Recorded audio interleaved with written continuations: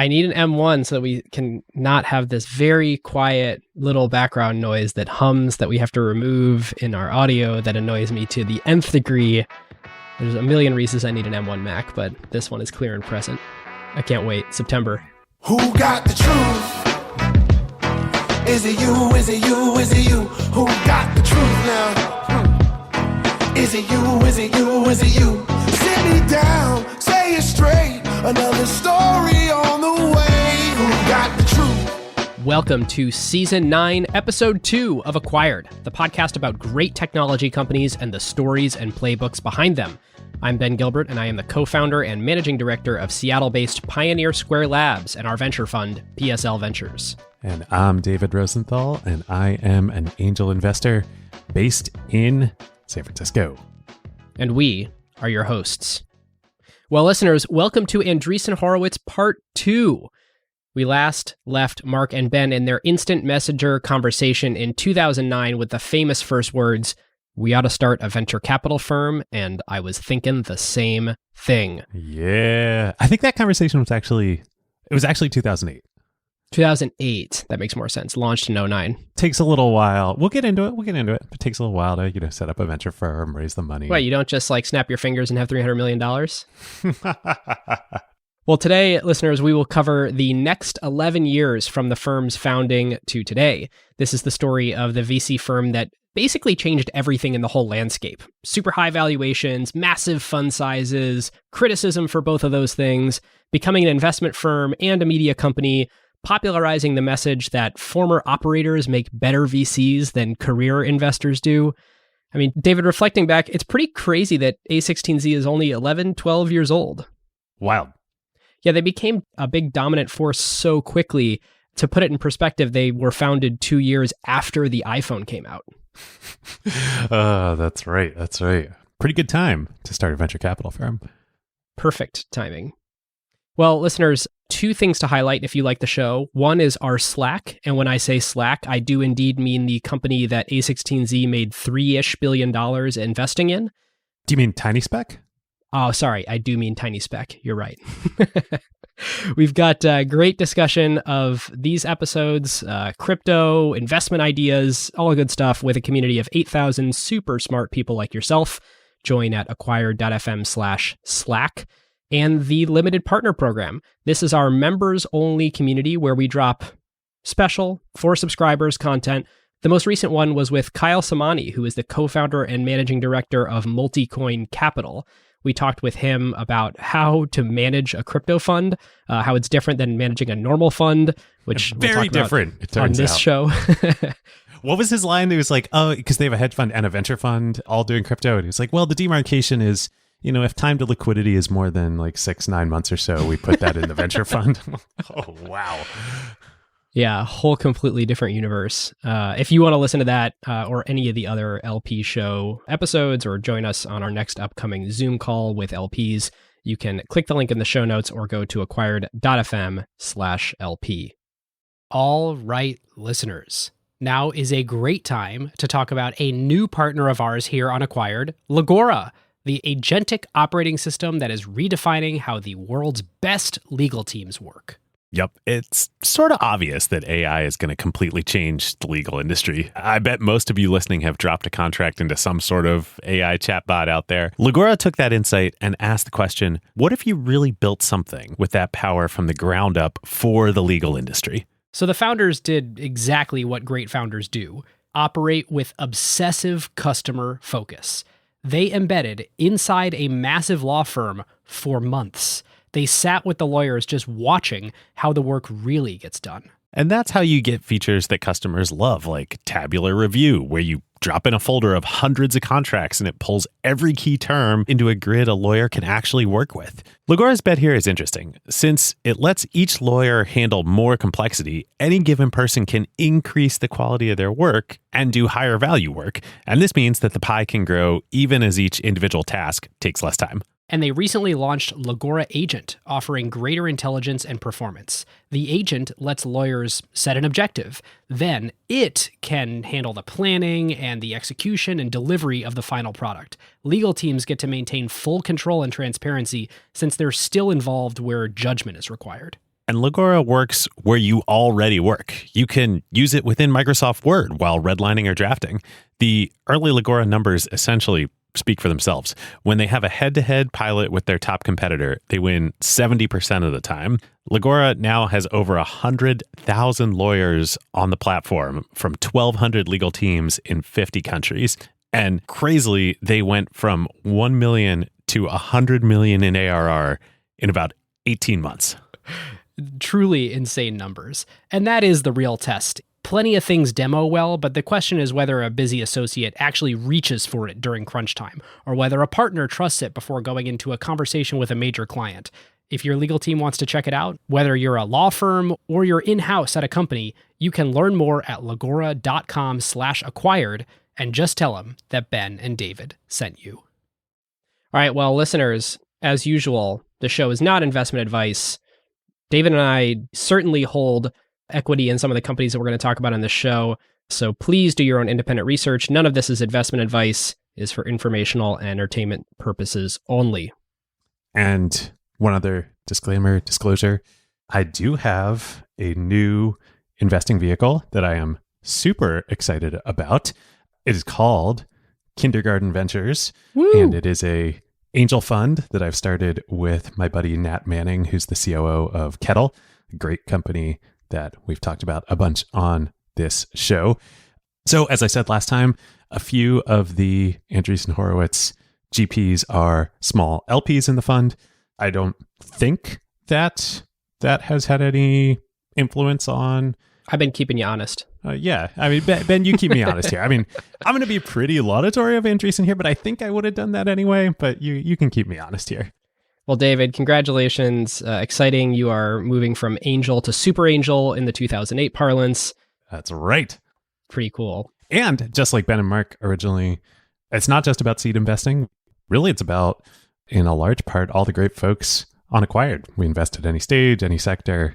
We are super angels. All right, you're starting to spoil stuff. Take us in. You're sounding exactly like one of the tentpole theses of the start of Andreessen Horowitz. Indeed. Well, we'll see where kindergarten goes over time. Okay, so as you said at the top of the show, we finished last time with the Ben Horowitz, not Ben Gilbert, gets off the obvious recruiting call from Doug Leone at Sequoia. He hangs up and he IMs Mark. I love it. So you might be wondering like, why aren't they starting a company? Why are they starting a venture firm? Well, venture was something that Mark, at least, had supposedly been interested in, back from his first kind of early days in the Valley. He says to the wonderful writer Tad Friend in the great New Yorker piece that we are going to keep referencing today, he says to him about venture capital, quote, "I always thought the entire venture thing was incredibly cool. Going to Kleiner Perkins with the high ceilings, the markers on the wall of all the great companies they IPO'd, Larry Ellison walking through, and at 11 a.m., the biggest buffet you'd ever seen at a time when I was eating at Subway, it was the closest thing to a cathedral for nerds." That's some way to talk about the venture capital industry. So, as we talked about, Mark and Ben, of course, have been doing their super angel investing thing. This wasn't entirely a huge leap, but as many people would point out to them, and of course, as they knew themselves, building a venture capital firm that is going to lead deals and beat out other venture capital firms to lead deals is a very, very different proposition than being an angel investor.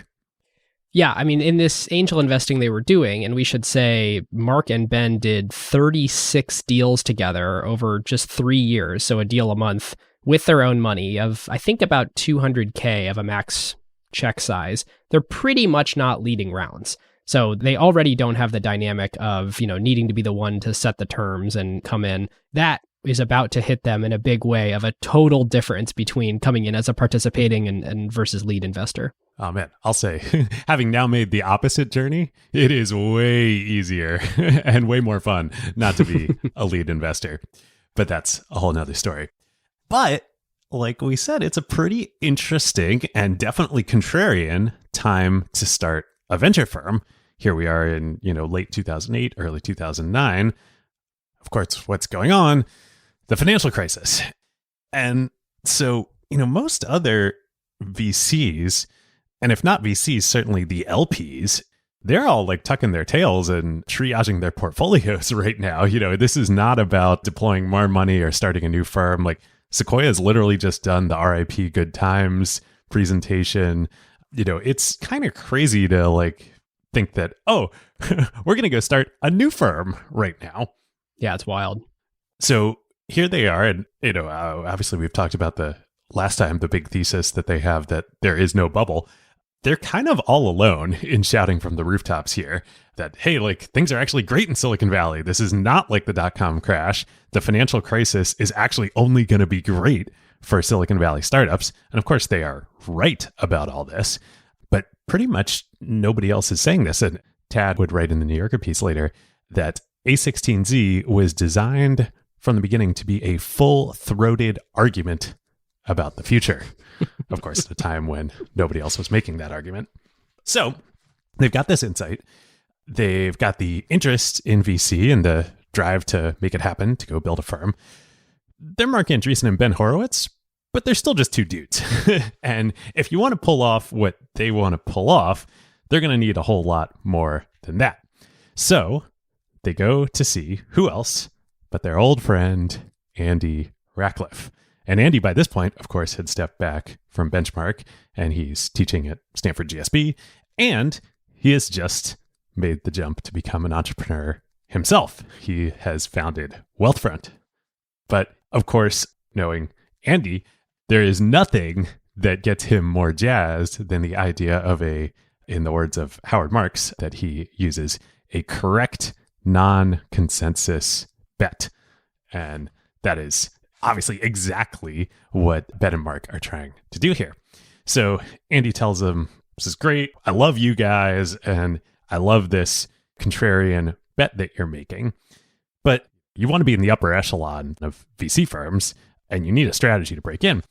And you see, we did this at Benchmark about 10 years ago when we started Benchmark.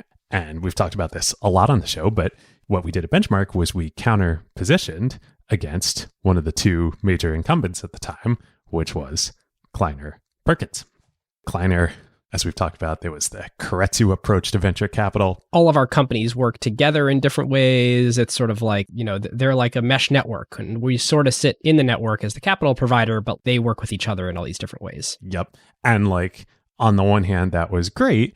But on the other hand, certainly some of the Kleiner entrepreneurs felt like they were pressured into doing deals and working with other Kleiner portfolio companies that didn't really make sense for them. So what Andy and Benchmark did is they said, there's no pressure from us to do anything else. We are going to treat you as sovereign states and help you make the best decisions for you. So that was one. The second piece of the Benchmark counter-positioning against Kleiner, maybe this is the most important. The thing about Kleiner during its heyday was it really was John Doerr. And we got to do a whole episode on Kleiner itself. And storied history even before John Doerr, but like the glory days, it was all John. All their big wins from Netscape to Amazon and beyond, it was John that sourced them. And John was the reason why the entrepreneurs wanted to take Kleiner's money. But the thing about how it worked that wasn't talked about a lot was John would source the deals. He would be the face of Kleiner, the reason everybody wanted to work with them. But then he'd farm out the board seats to other partners and even associates. So how do you counter-position against that? Benchmark is like, well, this is great. We're going to be a small, equal partnership. All the partners here are going to be great people you want on your board. When you're getting somebody from Benchmark, you're getting an equivalent, maybe not quite an equivalent, but they talked about like an equivalent of John Doerr, and your partner is actually going to sit on your board. So then if you're Benchmark, you need to start talking about how important it is who your board member is. Right. And it's sort of this like all about the individual. You form one trusted relationship. They aren't promising to do anything for you that, we're not going to like staff up your company. We're not going to help you with PR. We're going to be the best financial investor and board member possible. And you're going to have this really tight one-to-one relationship with someone that you really, really want involved in your company personally. Totally. And I think it's worth doubly underlining this because obviously it is super important who your board member is, and the right advice from the right board member can make a huge difference. Today, we just take this for granted. It's like, fish in water. You're like, oh, yes, of course, the board member that you have from your venture firm is super, super, super important. That wasn't the case. And you could actually ask the question of like, is that the truth, period? Totally. We're going to talk about a lot of things on this episode that Andreessen Horowitz introduced into common startup wisdom. This was the one that Benchmark introduced into common startup wisdom. Yep. And the reason they introduced this into startup wisdom was specifically to fight against Kleiner Perkins. It was a strategy credit. It worked really well for them. Exactly. So then, of course, the last piece of the Benchmark counterpositioning related to all of this and all working in concert together was Kleiner is this huge firm. It's got lots of tiers of partners and lots of people there and lots of politics and lots of functions that aren't investing partners. So Benchmark, they said, we're going to do the opposite. We're going to be a small, flat, equal partnership. So we're all going to get on board in a way that politics at a bigger firm like Kleiner would sometimes make difficult. Of course, there's a lot of luck that goes into building a venture capital firm as well. And probably the most important thing for Benchmark was that they made that early investment in eBay, and like all of this strategy and all this counter positioning. Sure, that helped, but like they got eBay, nothing else kind of mattered after that. And that helped them ascend to the top of the venture capital heap. So now, okay, Mark and Ben, like they sort of knew all this and they're hearing this from Andy and they're like, okay, well, what are we going to do? And, remember, of course, they love Andy, but they hate Benchmark. Yeah, and we should say, like, the way that Benchmark established these tenets that they hold true, the way that Andreessen Horowitz is about to, it's not pure marketing, at least from what I can tell in all the research. It is a self-examination of what are the things we hold to be true, and then what are the subset of those things that we can make a really loud marketing message about that we were kind of going to do anyway, but play to a massive advantage for us. Yep. So they're like, well, we like this counterpositioning thing, Ben and Mark are. Who are we going to counterposition against? Not Kleiner. And probably not Sequoia, like we talked about on the last episode. Like, you're going to come at the king. You'd best not miss. And that just seems like really hard. Maybe we should counterposition against Benchmark. Our buddy Andy's not there. It's like the old saying, you either die a hero or you live long enough to see yourself become the villain, right? Oh, and on that note, I know you're about to talk about this later, and so I won't disclose how Mark announced the existence of the fund, but in the first sentence of the interview that he did announcing the fund, he literally said the sentence, "I'm crossing over into the dark side." That's actually great because I cut that from the quote that I was going to use. Perfect. So that's the perfect. So much later, Ben would actually just say point blank, he was like, yeah, we were always the anti-benchmark. Our design was not to do what they did. And of course, he's referring to them telling him that he wasn't CEO material, but also just like in general, we're going to do the opposite of what they do. So now the question becomes, okay, Mark and Ben know what they're going to do. They're going to counterposition against Benchmark. How do they do that? Well, the obvious first thing is we don't fire founders here. And we support young technical founders, help them become the best CEOs that they can be. And we're not going to do what David Byrne tried to do to us. And I love the way they talk about this because clearly it's something they deeply believe, having both been computer science undergrads and gone on to become founders of companies. The way that they sort of describe it is without a synthetic network, without a network of what Andreessen Horowitz would become, a technical founder doesn't really have a chance of becoming a professional CEO.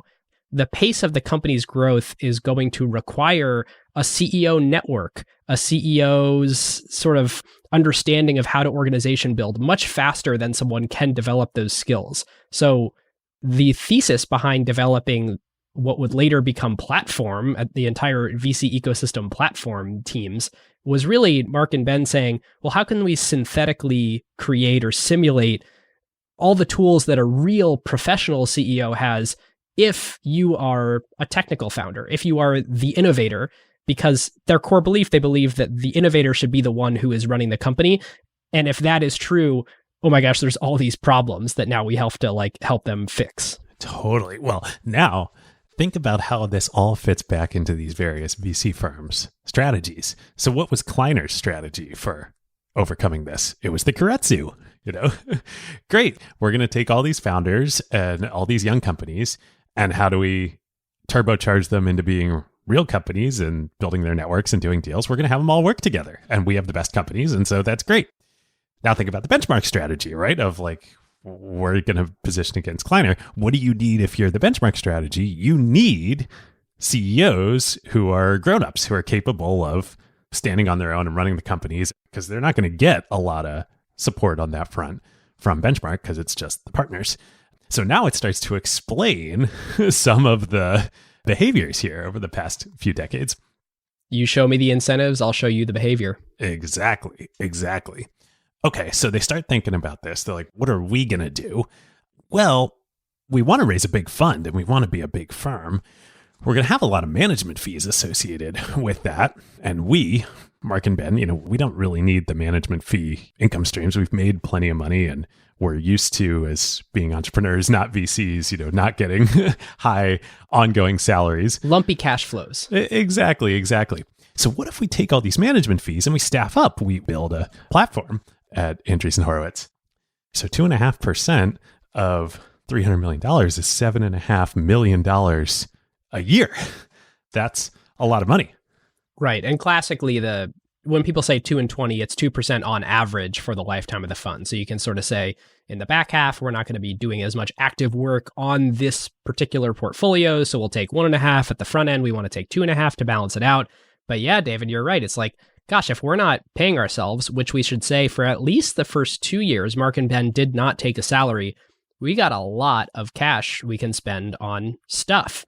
Yeah, on people and resources. So then you start thinking about this dynamic. You start thinking about the rest of the venture industry through Mark and Ben's lens as former entrepreneurs. If you've got these firms that are small partnerships, not that many people, but they're just getting these huge management fee streams. Well, it's kind of weird then that these VCs are telling entrepreneurs, oh, you should take like $50,000 annual salaries, which is what was the norm back in these days. $50,000, $60,000 is your annual salary. And, you should give us this big ownership, but we're going to make a few mil a year each, rain or shine out of these management fees. Interesting. So the next piece that they start thinking about is of how they can counterposition. So Benchmark, more so than pretty much any other venture firm, even to this day, but lots of venture firms felt the same way. They had this Series A purist approach, and really this idea that still permeates venture to this day, that the Series A, that's the real craft of venture. That's the the board, it's related to this board member thing, that that round is this sacred special round where the shoe leather really gets polished, so to speak. And to say why, because in this very clear-cut world, which we're not in now, of these crazy names for rounds and incredible fluidity of rounds, there was not a seed asset class. There were no seed firms. And so the Series A was your first professional venture capital institution coming in and writing a check into your company, taking a board seat, the first time you have real governance. And before that, you have whatever cowboy would help you as an angel investor get to something that looked venture capital fundable. If that even happened at all. I mean, in many cases, the Series A, that was the very beginning because you needed a few $1 million to go buy servers and do all that. But by the time we're talking about here in 2008, 2009, the Series A has really become this catbird seat for the venture capitalists because they can outsource all the real early stage risk to the seed stage with way less capital, have these companies get going.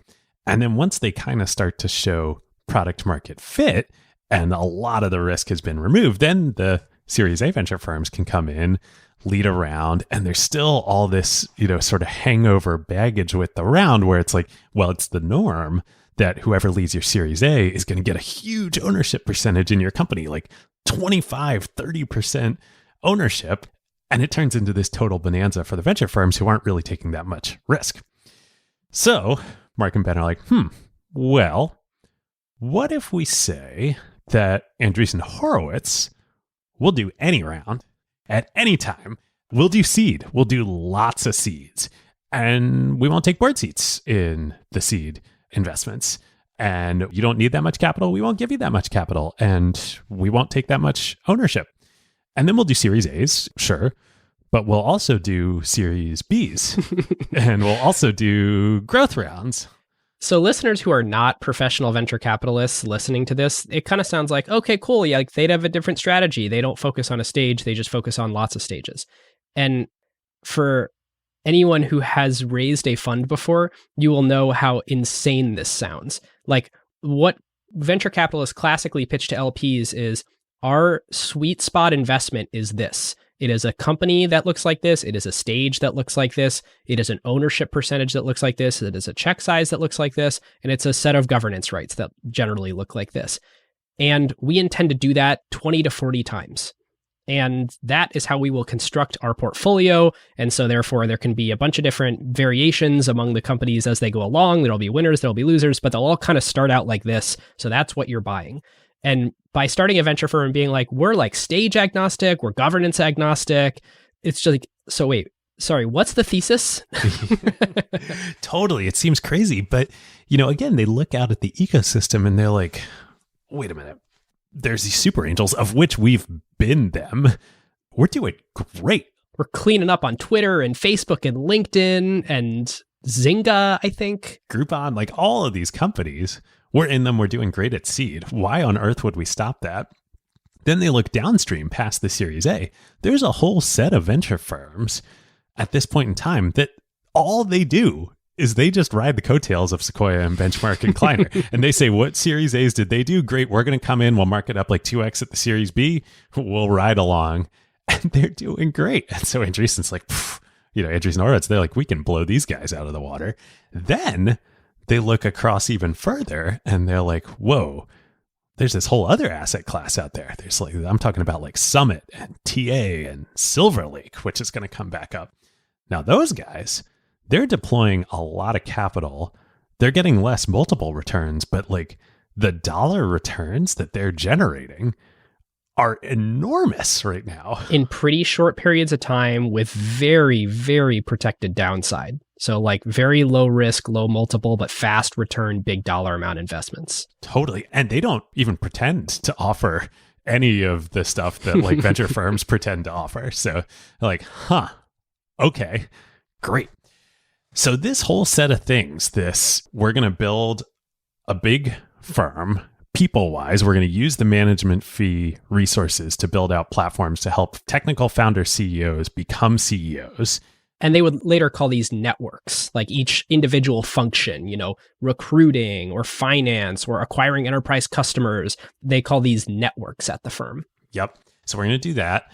We're going to not necessarily focus solely on Series A's. Like we'll do Series A's. Series A's are great, but we'll also do seeds. We'll also do growth rounds because we think there's opportunity there and we can break in. And then the governance thing, like sometimes we'll take board seats, sometimes we won't take board seats, but we don't necessarily need to. And maybe that'll help us scale.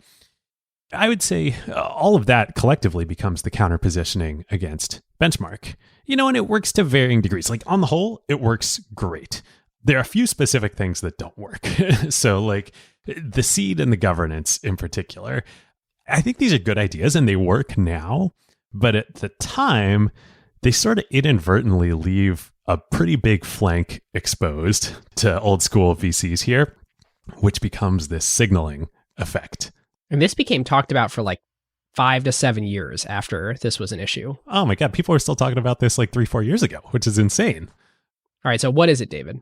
So if Ben and Mark are going to go out there and do all these seeds and not take board seats, well, the question then becomes, if they don't invest in the next round in the Series A or later, is that going to send a really negative signal to the market of like, oh, well, Andreessen Horowitz had the inside information on this company because they did the seed, and now they're doing the A in a competitor. Does that mean that the original company that they seeded is no good? Other VCs in private and in public vehemently attack Andreessen Horowitz on this front. The reality is the most exemplary cautionary tale about this is completely the opposite. And that is, of course, Instagram. Instagram. Yep. Which is so great. So Andreessen, along with Baseline, does the seed in Instagram and then chooses at the Series A, in one of the most boneheaded decisions of all time, to instead back competitor PickPlease. Well, right, because they ended up both being in their portfolio because Instagram started as Bourbon, pivoted into Instagram. Suddenly, Andreessen Horowitz has a problem because they have two competing things in their portfolio, and they're like, well, we got to pick one, and we're picking PickPlease. Totally. So now, what actually happens here? Like, oh, what you would think, if you buy the narrative of the attack against Andreessen Horowitz, signaling effect, Instagram, they're toast. Far from it. They go raise a Series A from Benchmark, from Matt Kohler at Benchmark. And of course, we know what happens there and what happens to PickPlease, which is nothing exciting.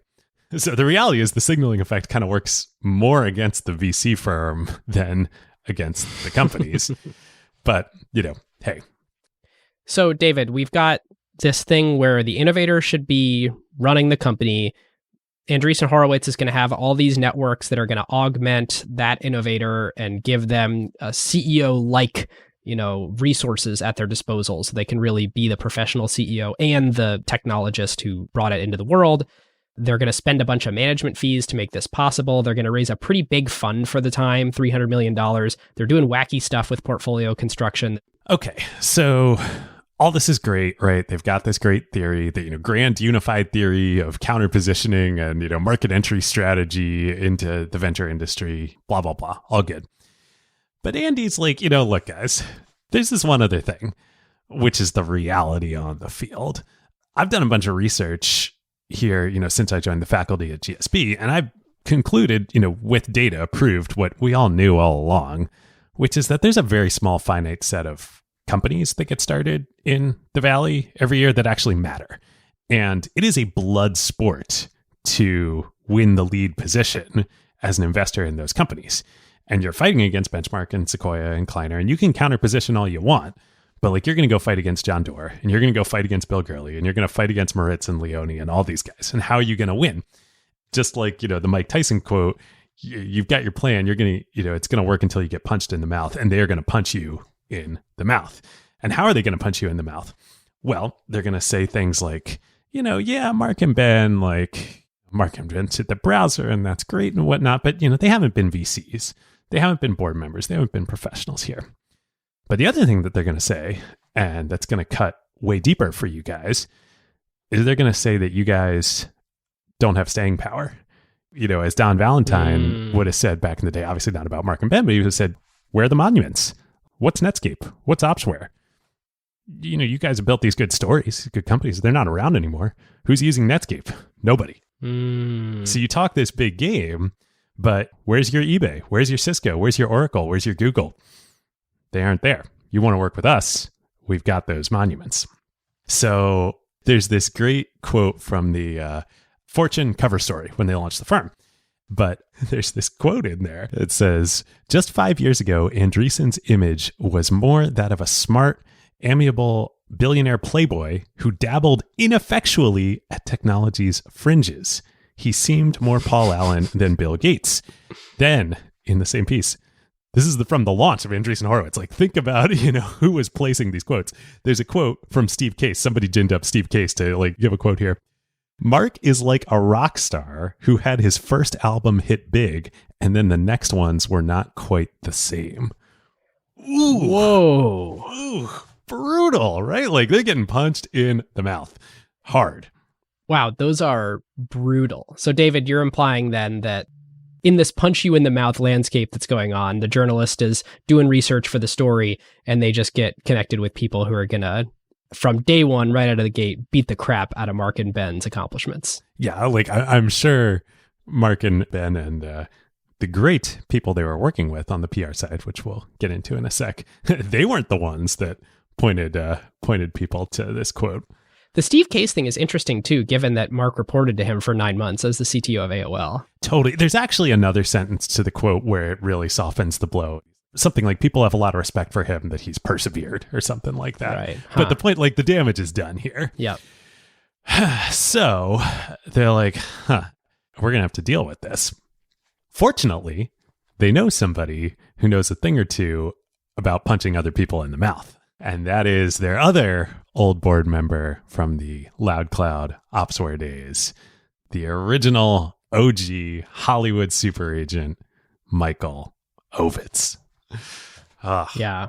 So great. We've talked a lot about Ovitz on this show, CAA and the whole Disney debacle where he goes and becomes president of Disney. And then we, of course, talked about him joining the Loud Cloud board after that on the last episode. But I think if Andy was the inspiration for the sort of highfalutin strategy of Andreessen Horowitz, Michael was the inspiration for the okay, how are we going to get this done? So the quick story, on Ovitz is he started in the late 60s in the mailroom of William Morris, the storied long-time Hollywood talent agency, and everybody started in the mailroom back in the days. And the dynamic in Hollywood was totally broken. We're talking here about how the venture and startup dynamics were a little broken at this time. Hollywood was bad. The studios controlled everything. They held all the power. They held all the creative decisions. The talent and the artists, the actors, the directors, the writers, etc. They were more, but little more than indentured servants. And the agencies like William Morris, they claimed to represent the talent, but they knew who the real customers were, which were the studios. I don't know if we've talked about it before on the show, but I've talked about it before with other folks in the Pioneer Square Labs context of how startup studios fit into the landscape. But I love this equivalence between Hollywood and tech, where, especially in the old school days, you sort of have the VCs, which are a lot like the studios. And there were 3 to 5 major VC firms with money, and there were 3 to 5 major studios with money that could greenlight a movie. And then, of course, you've got the CEO founder, who's a lot like the director of a film. And then everyone else, including the actors who works on the film, is a lot like the team of the startup. And watching the way that the power dynamics evolved between these two ecosystems in parallel is really fascinating. Totally. So what Ovitz does, so he and a bunch of buddies from William Morris, they're like, screw this, there's got to be a better way. They leave and they go start their own firm. It's exactly like Jerry Maguire. Jerry Maguire was actually about this guy, Lee Steinberg, in the sports agent world, but it's the same story. So they leave, they're going to start a new firm, and they're going to focus on the talent, not the studios. They're going to figure out how to deliver the power to the artists and the talent and take it away from the studios. So how do they do that? One, they package projects and talent together, and then they sell whole packages to studios and say, we'll sell the rights to you. But by doing that versus we represent this actor and you studio, you're making this project. So we're like, no. We got the project. And the artists own the project, and we've packaged it, and we're going to bid these studios off against one another to finance it at the highest price. So how do they do that? Well, they got to connect up the talent. They got to take the talent from being each individual person for their own to working together against the studios. How do they do that? Well, they transform what the firm from being, each individual agent is a silo to we are a network. We're like a web network. They call it the franchise. And so anybody who's part of CAA, your job is to have your clients, but to get them to work with all the other clients of the firm that are represented by a shared Rolodex. And so to do that, everybody at CAA is a partner. No mailroom, no blah, blah, blah. We're all here. We're all together. This is about the franchise. And it's really fascinating in a business strategy context, zooming out what they did. And this is a common discussion point on Stratechery of what is the point of integration within a value chain?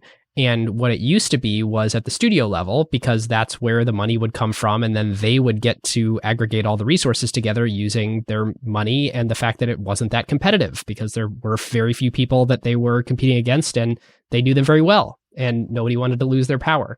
And when you start having CAA say, actually, we're going to package all this together, the point of integration shifted down the value chain one click to where now it was happening with CAA. Exactly. And the important thing here is wherever the point of integration is, that's where you gain power. That's where you're able to become more than a commodity, where you're able to gain, basically, you're able to create margin, where you're able to get more cash for something than it costs you to assemble it. So what does CAA do? They create the projects. So like Jurassic Park, Lethal Weapon, Schindler's List. These are CAA projects. These are not studio projects. They pull them together and then they bid them out to the studios. And so now all of a sudden, all these studios bidding against one another, the price goes way up, the dollars flowing into the space goes way up, and the artists all do way better. So Tom Cruise, Kevin Costner, Barbara Streisand, Steven Spielberg, within a couple of years, CAA is just vacuuming up everybody. And so literally the term that they use that I think Horowitz coins or become said about CAA in Hollywood about all this is they become, quote, the dream execution machine. You're an artist, you have a dream. CAA is your dream execution machine. It's great marketing. Oh my God. So Ben and Mark, they're like, oh, holy crap, this is so great. What better analogy to use than we're going to go build the dream execution machine in startups? Which happens to work particularly well because they're working with technical founders. Exactly. You have the glint of a dream and the ability to create the sort of core piece of value, the core way a customer interacts with it and gets value out of the product. But like, you can't do all the other stuff.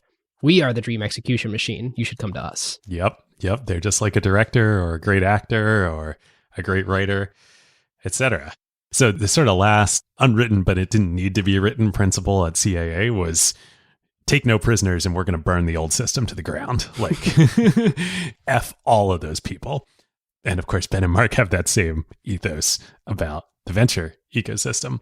And whether theirs was written or not internally, it certainly became written externally in all of their communications. Like they pulled no punches in talking about how the entire existing incumbent industry sucked and people were greedy, or we'll pull some quotes later, but they were not shy about being critical of the establishment. Totally. So this is the punch back in the mouth. Like, great, you're going to punch us in the mouth, say that we're, has-been rock stars who are one-hit wonders. Like, we're coming at you twice as hard. So that's what they do. And they also, basically wholesale copy the firm building approach from CAA. So, as you said, the platform and the networks that they build up, they hire a whole bunch of people. They have a biz dev network to connect founders with large company customers. They've got an executive recruiting network. They've got an engineer recruiting network. They've got a future financings like a other venture firms network and an M&A network associated with that too. You need an acquirer, we'll hook you up with acquirers. And then of course, probably the most differentiated and important last piece of this is they have a PR network. Yeah, which they wouldn't say is the most differentiated. The most differentiated, I think they would say, is like the executive briefing center and our ability to, galvanize a set of Fortune 500 companies to become your customers. But in reality, yes, they are masterful at PR. Well, Ben would say later, I had this quote later, but here's the perfect spot for it. He would say, literally, we introduced a new concept to the field of VC, which was called marketing. And it's true. Nobody, no venture firms were doing this for themselves or helping their companies with PR and marketing before Andreessen Horowitz. Well, the interesting thing about why no venture firms were doing it about themselves was the commonly accepted wisdom is that opacity plays to our advantage. I think most people didn't actually think through it. They just thought, what have successful venture capitalists done in the past? And that was be opaque, don't make too much PR noise other than to claim your win when you have it. But you don't need to take these big positions and be brash and counterposition publicly. And Andreessen Horowitz not only saw that as a thing they could exploit, but I can't remember if it was Mark or Ben I was listening to on a podcast that we'll link to in the show notes, along with a lot of other sources we did for research for this one, brought up the fact that if you trace back the origins of institutional firms, like venture capital firms, it comes from the investment banks of like the 40s and 50s who were opaque because they were financing wars. There was lots of reasons about why they wouldn't talk about where their returns were coming from or their excitement about the projects they were financing. Whereas Mark and Ben are unabashed optimists about the future, Mark in particular, of just standing on the largest soapbox possible and preaching about how cool the future will be and how much better off everyone will be, both on average and in every spot in the distribution in the long run. So let's bring that closer as fast as possible and be really loud about the future that we see and about the companies that we're investing in to build it and how much we believe in that and how unapologetic we are about that. Yeah. And that was just totally different than the commonly accepted wisdom of how venture capitalists should go to market. Yeah. Well, two things. One, I think the version of hiding the war financing of investment bankers that VCs were doing here is they're hiding the management fees. Like, come on, you got a 10-person organization, half of which are assistants, and you're making 20 mil across your funds in management fees a year. Like, I don't want to shout that from the rooftops if I'm a VC firm. Or brag about how I'm putting $2 million into work to own 30 to 40% of a company. Yeah, exactly. Then the other thing, though, like the flip side is if you are going to go be unabashed about pounding the table about what you're doing in the future, if you're an entrepreneur who you think you're part of building that future, God, now you've got a champion. This is great. Yep.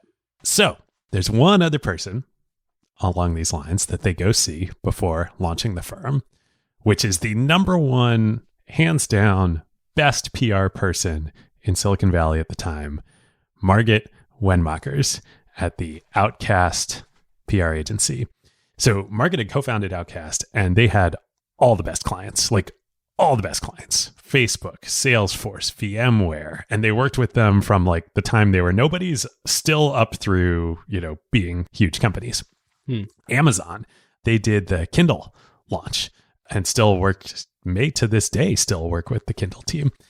So the story of how they get connected is Margit tells this on an A16Z podcast episode.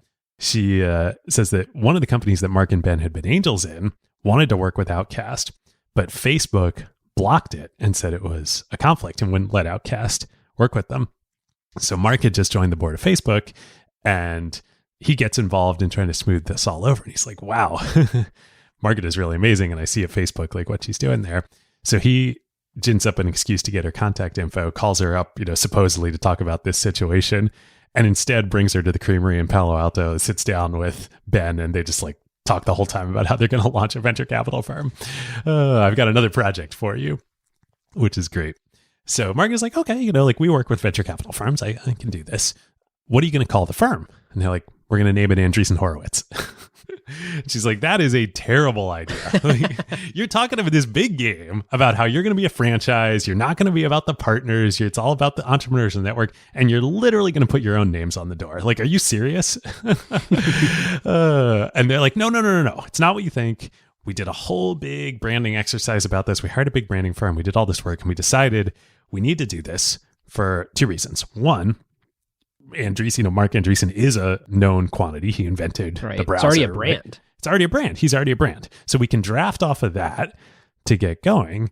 And then once we get going, we transition from Andreessen Horowitz to A16Z, which is A to Z. So, supposedly the story is, I guess it's, probably true, that people used to abbreviate internationalization No, it's definitely true. My first job when I was 14 was as a product test engineer at this medical printer company in Cleveland.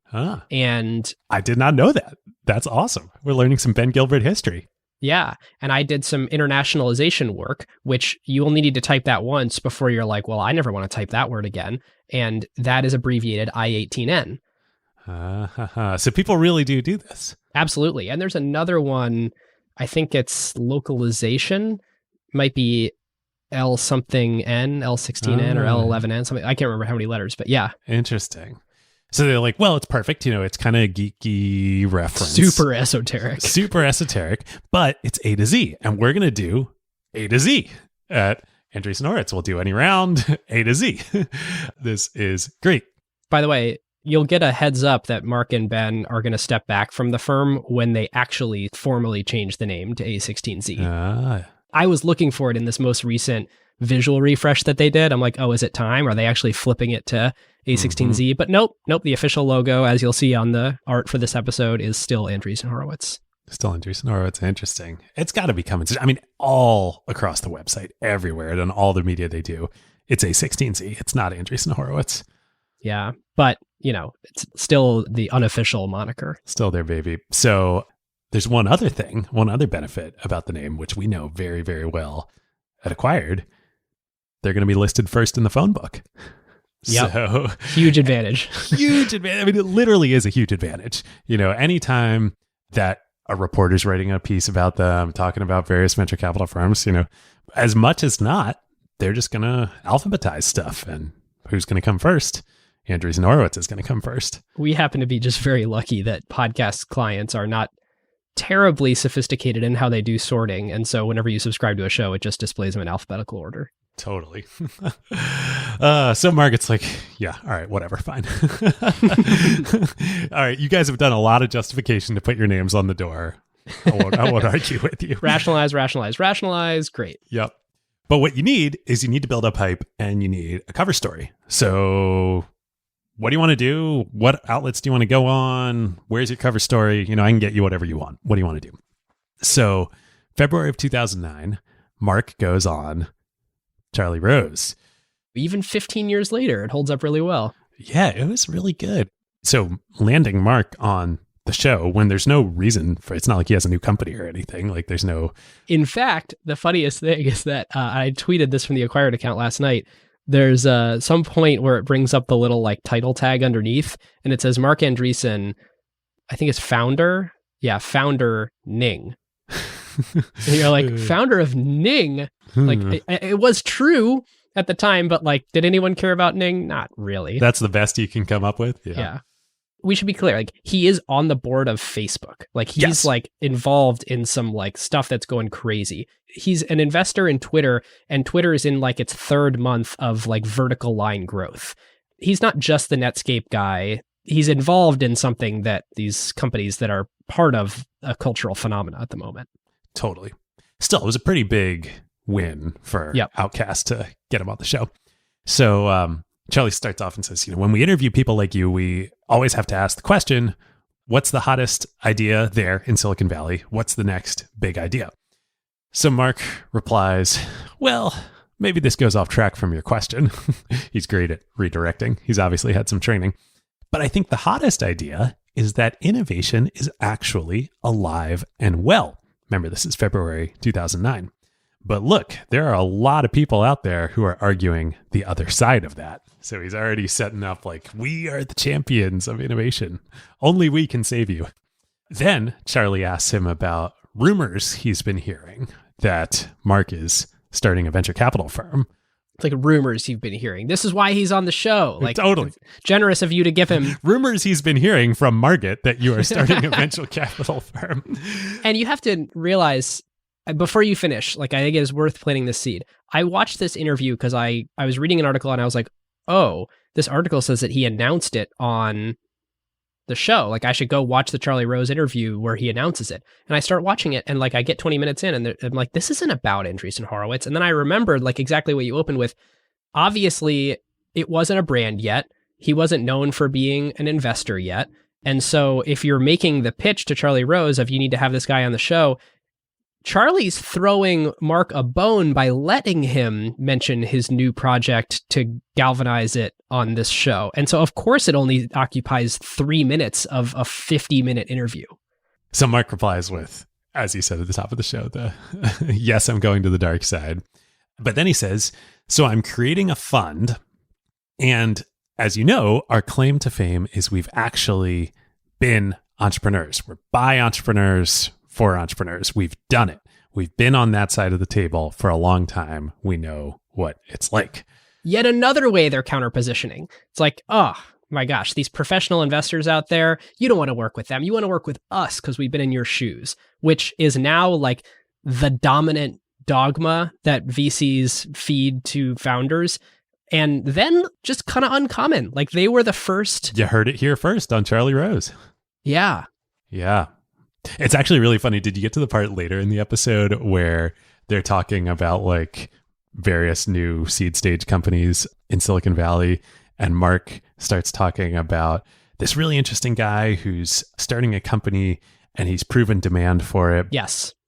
He describes like what we do at PSL, like the validation process of like driving traffic and having a brand and testing conversions. He just built a landing page. There's no product.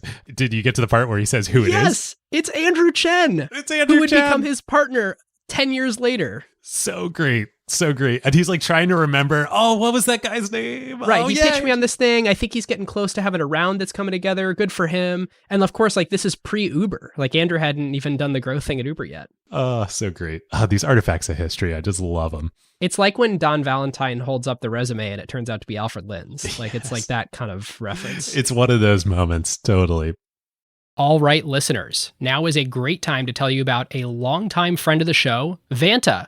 AI has scrambled the whole security picture. It used to be that you proved that you were secure once a year, an audit or a static PDF, then everyone would nod and you're done. But in an AI-first world, that doesn't hold up anymore. Yep, your risk surface changes every week now. A vendor turns on an AI feature or someone writes in a new model without telling IT, and your posture is different than it was last week, let alone at your last audit. Vanta's own research found that around 70% of companies have this quote-unquote shadow AI running with no security review at all. Right. And that's where Vanta comes in. They're the leading agentic trust platform, meaning they've built the thing that closes the gap.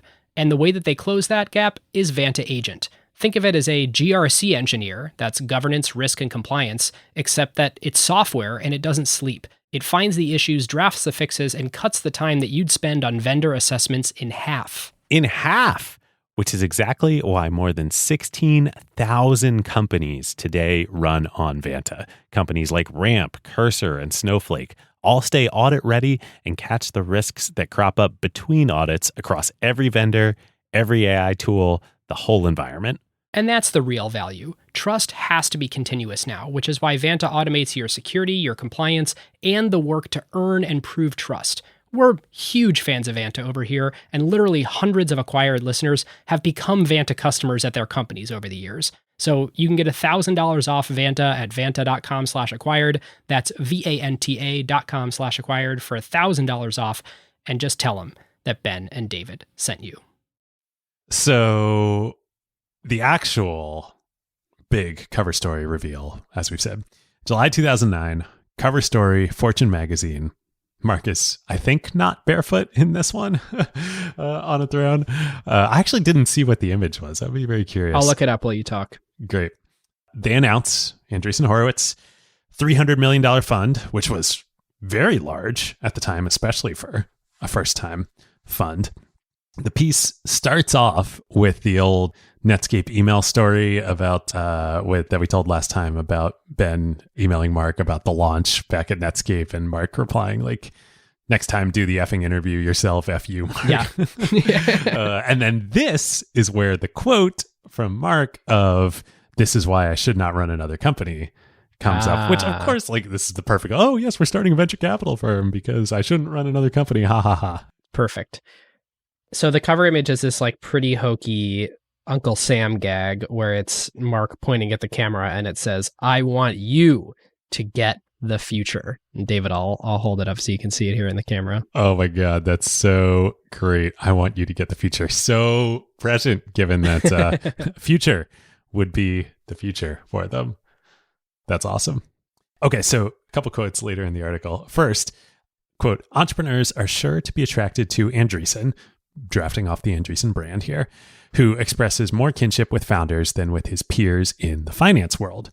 One blog post that Mark has written, titled "The Truth About Venture Capitalists," raised the question, VCs, question mark, soulless and rapacious capitalists or surprisingly generous philanthropists? Two guesses which side of the coin he comes down on in that piece. Talk about punching back in the mouth. It's like, how could you even have listed the second one? It's like, of course it's not the second one. Yeah. Has anyone in John Doerr's life or Don Valentine's life ever accused them of being merely a philanthropist? Like, no, come on. It's the readers of Fortune, too. They do some great philanthropy, but... For sure, but not through Sequoia and Kleiner Perkins. No, definitely not. I mean, it's value created for the world. Clearly, I believe that, or I wouldn't be in this line of work and you and us doing this show and everyone listening, but like, it's not philanthropy. It's just so easy for Mark to set up these straw men here. But the punches are flying in this article. We've already alluded to this a little bit. So later in the piece, another quote, the Andreessen Horowitz strategy of investing in a menagerie of startups could pose hazards. And here's a direct quote in the article. If I were one of those guys whose company stumbles, will they being Mark and Ben, be there to help me, or will they have time? Says Paul Holland, general partner at Foundation Capital, a Silicon Valley venture firm. Where the pain part of it comes is when you get up to those 60 or 70 investments. It will be an interesting chore to keep track of all that. Ooh, bad idea to go on the record here, Paul. It's like everyone's just finding a way to talk their own book. It's like whatever my strategy is superior because XYZ. Whatever they're doing is stupid because of XYZ. Yeah, totally. So it lands with a big splash. They're in business. They got this $300 million fund. It's summer 2009. I think, according to PitchBook, the very first check they write is actually a very small check early. I think they hadn't even done a final close on the fund into, do you know the company, Ben? Is it Seattle-based? It's not a Seattle-based company. This is a very small check that they write. No. Into a larger round, a Series C that is led by somebody else of a then, this is like at the end of 2008. So it must have been just like a first close on the fund, like a warehoused investment or something like that. A then very, very hot company, end of 2008 in Silicon Valley. Not Facebook, not Twitter, another social media company. LinkedIn? Nope. Dig.com. Dig. I knew he was I thought that was a personal investment. I think it was, but I think they managed to get a little bit of fund money into their Series C. Man, I was obsessed with Dig. Oh, so great. Kevin Rose, amazing. In the Reddit versus Dig war, I was so team Dig. It's like better designed. It makes more sense. I watched Dig Nation. I think every episode of Dig Nation, I was all in. So great. Me too. Oh, it was the best. So that was the first. Then the first like real actual like large check round that they lead is a Seattle company, Aptio. While doing research for this episode, I was on a bike ride and I rode past the Aptio building and I was like listening to some podcast interviews with Mark and Ben, and I took a selfie and sent it to David, and I was like, doing research. And the irony is I was going to a Giants game in San Francisco right at the same time. And when I get out of the Uber, like a block away from the Giants stadium, I get out right in front of Andreessen Horowitz's new San Francisco office building with the big sign up front. I didn't notice if it was A16Z or Andreessen Horowitz. I think it was Andreessen Horowitz. It's Andreessen Horowitz. Yeah. You know, if they're putting it on the sign that the intention is for it to stay around for at least a few more years. But yeah, the Aptio investment, I mean, it's a co-investment with both of our former employer, Madrona. Yep. And Greylock, I think, too. Yeah. And I think they had worked with Sunny in the past, the founder was it at LoudCloud? So I think Sunny's previous company had been acquired into LoudCloud. But that was really emblematic of part of what the thesis was at that point is we've worked with these amazing people over the course of our careers. We're going to be a network-driven firm. And they didn't have the firepower yet to be a thesis-driven firm. Like now they're extremely thesis-driven. But at that point, it was like, oh, this guy's an entrepreneur and starting a company, or it was, I think, already a company in flight. Like, absolutely, we should invest in him. We know him very well. He's a great employee. Totally. Well, so one of their other first checks. Speaking of stage agnostic. Speaking of that same, we're going to invest in the Opsware LoudCloud diaspora. Great indeed. Truly great people. I think this is one of their first like 5 or 10 investments. Rockmelt. Our boy, great friend of the show. Eric Vishria. Former Opsware VP of Marketing. Future Benchmark Capital general partner, Eric Vishria. Pretty cool. So funny that they led his round. Benchmark, I don't think, was an investor in Rockmelt. Well, the other funny thing about that is that it was supposed to be a next generation web browser. And obviously, like Mark knows a thing or two about web browsers. And Rockmelt was like, what if the browser had built-in social characteristics and could bring in your news feed and Twitter and all this stuff right into the browser. So it was like a sweet spot investment for Mark and Ben having worked directly with Eric. And then also, Mark saying, that seems plausible. Yep. Totally. It was a great idea. I remember using it. I thought the browser was great. It was built on Chromium. It was, in many ways, it was Brave too early and before crypto was a thing. Yeah. Okay, do you know what I was referring to, speaking of stage agnostic? You're talking about their $50 million investment in September 2009? In the first year of operations of the fund, out of a $300 million fund, they're just going to put 1/6 of it. $50 million into one company. That ended up looking genius, but boy, did this cause a lot of kerfuffle and criticism when they did it. Boy, did it ever. September 2009. $50 million deployed alongside Silver Lake. The private equity firm, Silver Lake. Tech private equity firm, Silver Lake, who I believe the Silver Lake headquarters are in the same Rosewood office park on Sand Hill Road that the Andreessen headquarters are in. Maybe they talked about it at lunch at the Rosewood one day. We haven't talked about the headquarters literally in the Rosewood complex on Sand Hill. Like, can't get any better than that. Nope. So yeah, $50 million into the spin out of Skype from eBay. So the whole transaction, a $2 billion purchase of 65% of Skype from eBay. Worked out pretty well, but they probably should have spun out PayPal instead of Skype. That would have been a lot better. Hey, I mean, well, they did eventually, but both of them ended up being really fantastic ideas. Both of them created a lot more value independently. Oh, I did. But yeah, Andreessen Horowitz wasn't part of the PayPal totally. spin out. Yeah. Early stage investors often talk about how there's a minimum ownership percentage that they need to hit in order for it to be meaningful for the fund return, which is true if you're only deploying a very small percentage of your fund. But this is a case where they used $50 million to buy 1.8% of Skype. So on the one hand, you're like, oh man, that 1.8%, like, gosh, we need to own a lot more for this to be meaningful for our fund. However, since you were putting 50 million to work, that even if you got like a 2x on that, which is not great by venture standards for a normal early stage investment, but I mean, that really is meaningful toward helping to return the fund. Yeah. Yeah. And they ended up getting what, like a 4x on it? A 3x. Yeah. 3x. And it was quickly. It was just a year and a half. It ended up turning into 153 million for them. Yeah. So a couple things on this. One, Mark, back to like, okay, what are we going to do here at Andreessen? This is going to become a case study. So he helps broker a Facebook partnership for Skype, which I remember this. Remember when Facebook integrated Skype for video calling? In Messenger. Yeah, man, huge. Could you imagine something like that happening today? No effing way. No. That was all Mark. And then he helps recruit Tony Bates to come in as the CEO. Tony from Cisco was a rising star there. And then in a later Fortune piece that Margaret would place, another great one, talking about the deal. Quote, the clincher was Bates's meeting with Andreessen. Quote, I'd always been a big admirer, but never met him, Bates says of Andreessen. Going into the Andreessen Horowitz office was an experience. They have this wonderful library in the lobby, and I looked for a couple books that were special to me. One was Neuromancer by William Gibson. I couldn't find it, so that became a good opening to the conversation.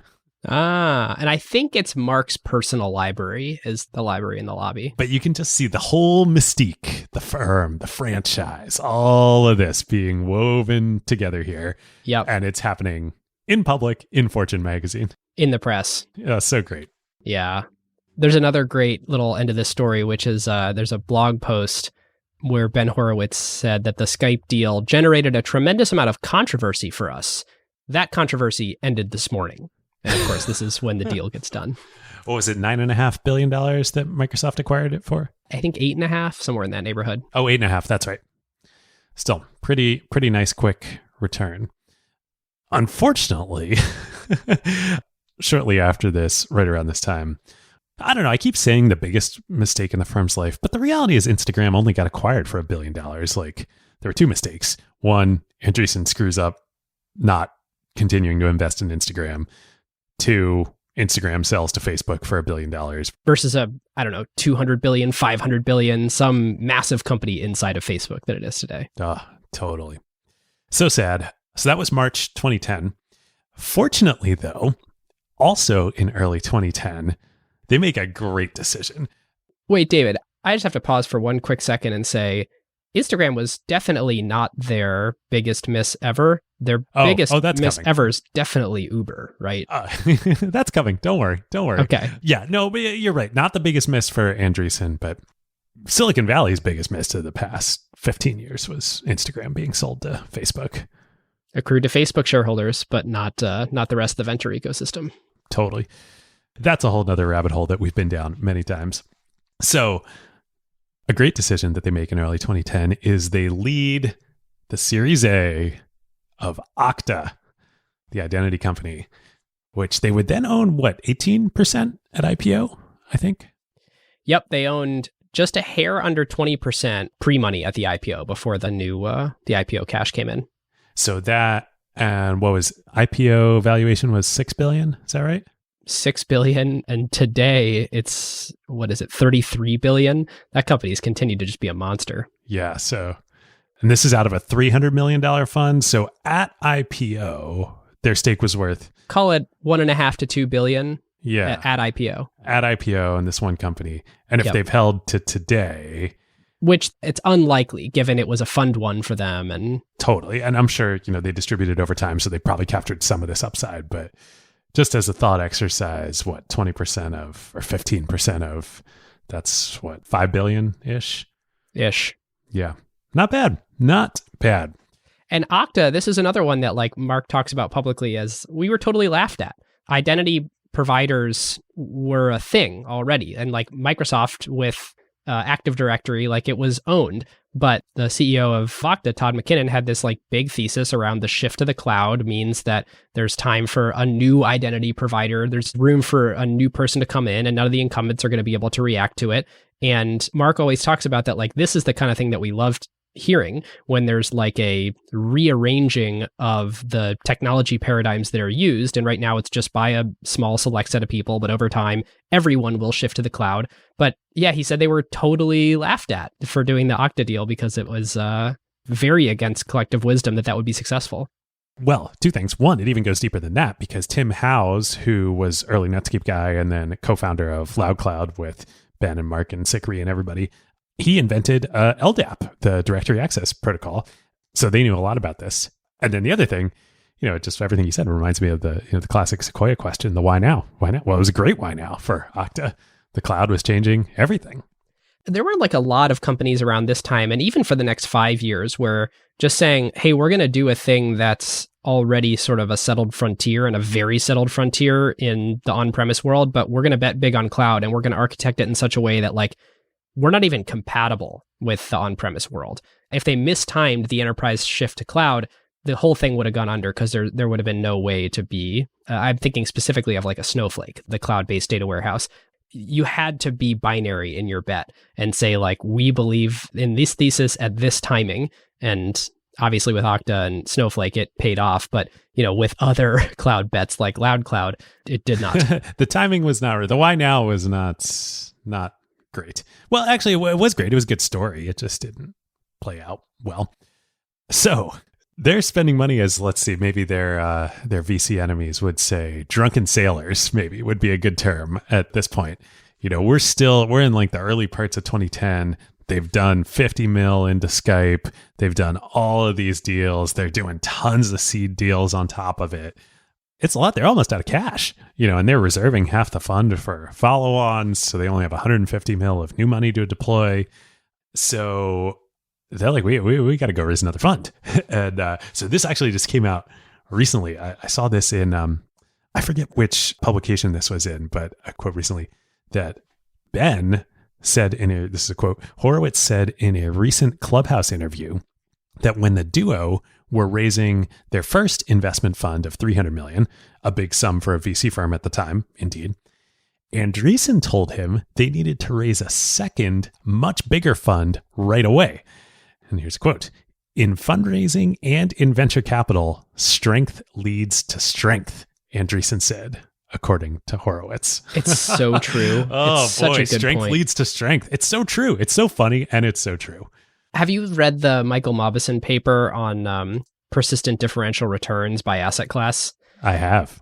We'll put a link in the sources, but for those who haven't read it, there's all this data to support the fact that like you look on one side of the spectrum at like hedge fund managers. And if you're the top performing hedge fund manager this year, it has almost no bearing on whether you will be a top performer 5 years from now, maybe not even 1 year from now. But if you look all the way on the other side of the spectrum at venture capital, and because he's a good academic, he doesn't presume to state the cause, he just states that there is a correlation, that the top performing firms stay the top performing firms for a long time. You know, if you're the top performing venture investor this year, it's very likely that you will be 10 years from now. And so, or at least one of the top performing ones. And the sort of postulate is that, well, strength follows strength, that when you do the best deals, you then start to realize the flywheel of getting the best entrepreneurs that are referred to you. Totally. I mean, this is everything that we spent the last, hour and a half talking about, of like, how are Mark and Ben going to break in to this dynamic? I mean, I remember, I think I've maybe talked about this on an episode in the past, but back when I was a even younger whippersnapper, just starting out in VC at Madrona, I got a chance to get drinks with Bill Gurley once. And I was like so eager, like, I had like all my questions prepared, I was literally like, I had like a notebook, and the biggest one I wanted to ask him was like, Bill, tell me the secret. Like, what is the secret to success in venture capital? And he just kind of looked at me and he was like, David, the secret to success in venture capital is success in venture capital. Like, it's so true. You have success and that gets you more success. You don't have success, good luck. And to Mark's point here, it also is true in startups. Like if you are massively outraising everyone else in your category, like you're going to be able to kind of keep that mind share of the category leader. You're going to be able to recruit the best executives. You're going to be able to land those customers. So there is this, on the one hand, it's hype. And on the other hand, hype is a self-fulfilling prophecy in a lot of ways. Totally true. I mean, God, what a great encapsulation of startups and venture and everything. It is hype, but it's also real. Anyway, so they go out summer 2010 and they raise a second fund 1 year after deploying an already large $300 million fund. They raise a $650 million second fund in 2010. This was nuts. This was like an atom bomb going off in the industry. Two reasons. A, that is so much money. I mean, when I was at Madrona at the time, we were investing out of a $250 million fund, and we were a 20-year-old firm. It's still pretty closely after the financial crisis. Yeah, I mean, 2010. The pace, like the idea that you would blow, quote unquote, blow $300 million worth of a fund in 1 year and be back a year later to your LPs to go raise another fund. This was crazy. The established VC firms, they were still coming off the hangover from the dot-com bust, where they stretched their 99 funds for like 4, 5, 6 years. We did that special with Ho at Altos talking about how they had to stretch a fund.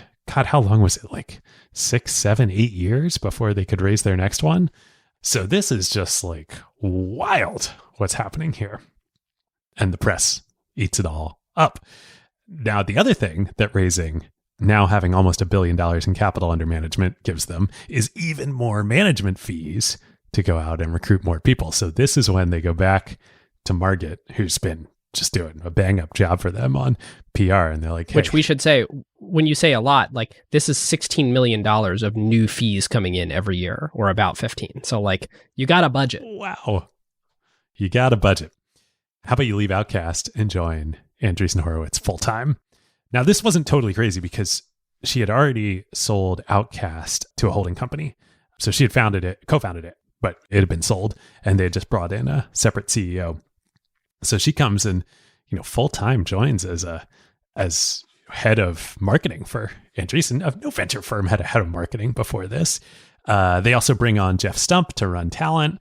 They bring on John O'Farrell, who was head of BizDev, I think, at Opsware as a GP. Now, interestingly, he had not obviously been a CEO, despite the mantra of, we only have CEOs as GPs here. But anyway, it works out well. So what do? They've had the strength. They now have more strength. They keep the foot on the gas. They keep deploying the money quickly. So early 2011, this is crazy and like totally works out great for them, but gets pilloried in the industry at the time. They take all this money. They start going and buying private secondary shares in pre-IPO companies like Facebook and Twitter and Groupon. I don't know how well Groupon worked out for them, but they deploy what was, I think, like over $80 million into buying pre-IPO secondaries in these companies. Wild. Which they probably were investing like exactly the upper limit of each fund in secondaries because they weren't a registered investment advisory yet. They were just a regular venture firm. Yep, that makes sense. Which is what, 20% per firm is what you can do into... Yep, 20% per fund. So 20% of 650 would have been like, I don't know, 120, 130 million. So I bet they did. It's like up to that, give themselves a little breathing room. That's how you come up with the 80. Yep. It may have been more than 80 too. That may have been just Facebook. Anyway, so then in April of 2011, they lead a hotly contested Series B for a little gaming company making a game called Glitch. Tiny Speck. By the name of Tiny Speck. Mark had invested in the seed for Tiny Speck personally, and then in the previous fund, Andreessen Horowitz had put a little bit in the A that Excel had led. And of course, the CEO of Tiny Speck is Stuart Butterfield. Stuart Butterfield, I know that name. So shortly after, like very shortly after, I believe, Andreessen Invest leads this round, this Series B. Stuart sends an email to the board. Quote, we've had this quote on Acquired before. I do not feel that we are pouring gas on a fire here. More like pouring good whiskey on a drugstore heating pad. It is unlikely to burst into flames. And he means that in a bursting into flames being good for the company, not bursting into flames being quite bad for this new Andreessen Horowitz investment. Well, I loved his honesty. I mean, it's great. Yeah, just, keeping it real. So he recommends, they sort of all figure it out as a board. And I think, Mark's involved in all this. And all right, well, what else are we going to do? We don't necessarily want the money back. And, they pivot into... By the way, this is why repeat entrepreneurs, like there's a lot of negative things about sort of like serial or repeat entrepreneurs that get a lot of criticism. Like it's not their life's work. They've already made their money. There's a lot of like reasons to be a little bit careful. But this is one way where it massively plays to the company's advantage that Stuart from Flickr knew what bursting into flames felt like. You could call it escape velocity. You could call it getting real traction or product market fit or starting the fly, whatever it is. Stuart knew what that felt like, much like Mark did from his Netscape experience. And this wasn't it. It was not it. No, it was not. So, of course, they pivot into this little front end that they'd built on, was it on IRC, I think? IRC. Yeah, it was like extensions on top of IRC. Yeah, extensions on IRC for workplace communication that they were using internally. Decided to call it Slack. They call up our friends, Andrew and the crew at MetaLab. Andrew now, of course, of Tiny Capital. Get MetaLab to design the UI, take it to market as a product called Slack. Works out pretty well for everybody involved. That it did. And I threw out that 3 billion number earlier. A lot of these exit numbers are estimated since it's not like we actually know Andreessen Horowitz's returns, but we can back into it based on what we think they own from participating in various rounds or what they owned at IPO and when we think they may have liquidated. Assuming that they held it from IPO to the 18 months afterwards till the Salesforce transaction, it would have been about a $3 billion outcome. So very good decision for Andreessen Horowitz to let Stuart keep running with the money, even though, the game was not bursting into flames. Yeah, that's a good couple multiples on that huge $650 million fund too. How would they ever return that? Oh boy.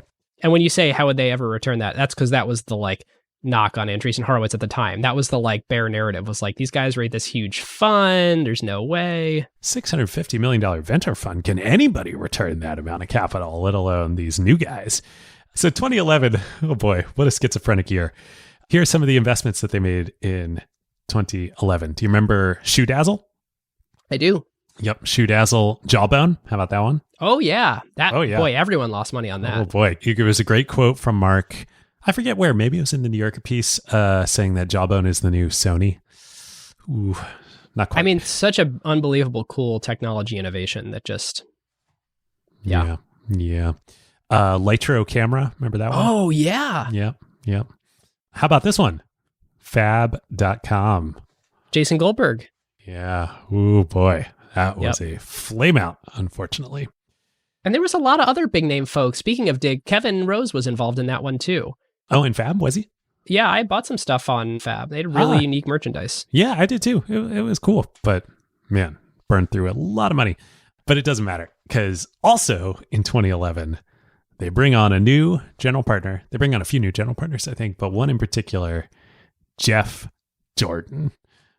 Boom. Wow. So Jeff, I believe, started his career in the famous Disney Strat planning group. I think he worked for Meg Whitman there. I didn't realize that. Yet another, that's quite the mafia. Yeah, totally. I think that's how if I'm remembering this right, I think this is how he ended up at eBay. And of course, at eBay, he was North America GM and then championed the PayPal acquisition and ran PayPal within eBay. Ooh, pretty good. Then after that, remember, he left and became CEO of OpenTable, who was OpenTable's main venture capitalist and board member, Bill Gurley. Ah, wow. The bête noire of Andreessen Horowitz. But Jeff becomes one of the best consumer investors of the last decade at Andreessen Horowitz. He would go on to do the Airbnb investment, right? Oh, yeah. In 2011, right after joining. So I believe the first, right after joining, Pinterest. Wow. Pretty good. Then Airbnb, then Instacart, then Affirm a couple years later, many others. He's done so well that in 2019, he actually became a managing partner. They made him a managing partner of Andreessen Horowitz, the firm, alongside Mark and Ben and Scott Cooper, who's also a managing partner, but more like the COO of Andreessen. And I get the sense it's sort of the four of them are like really the sort of stewards of the firm at this point. Yeah.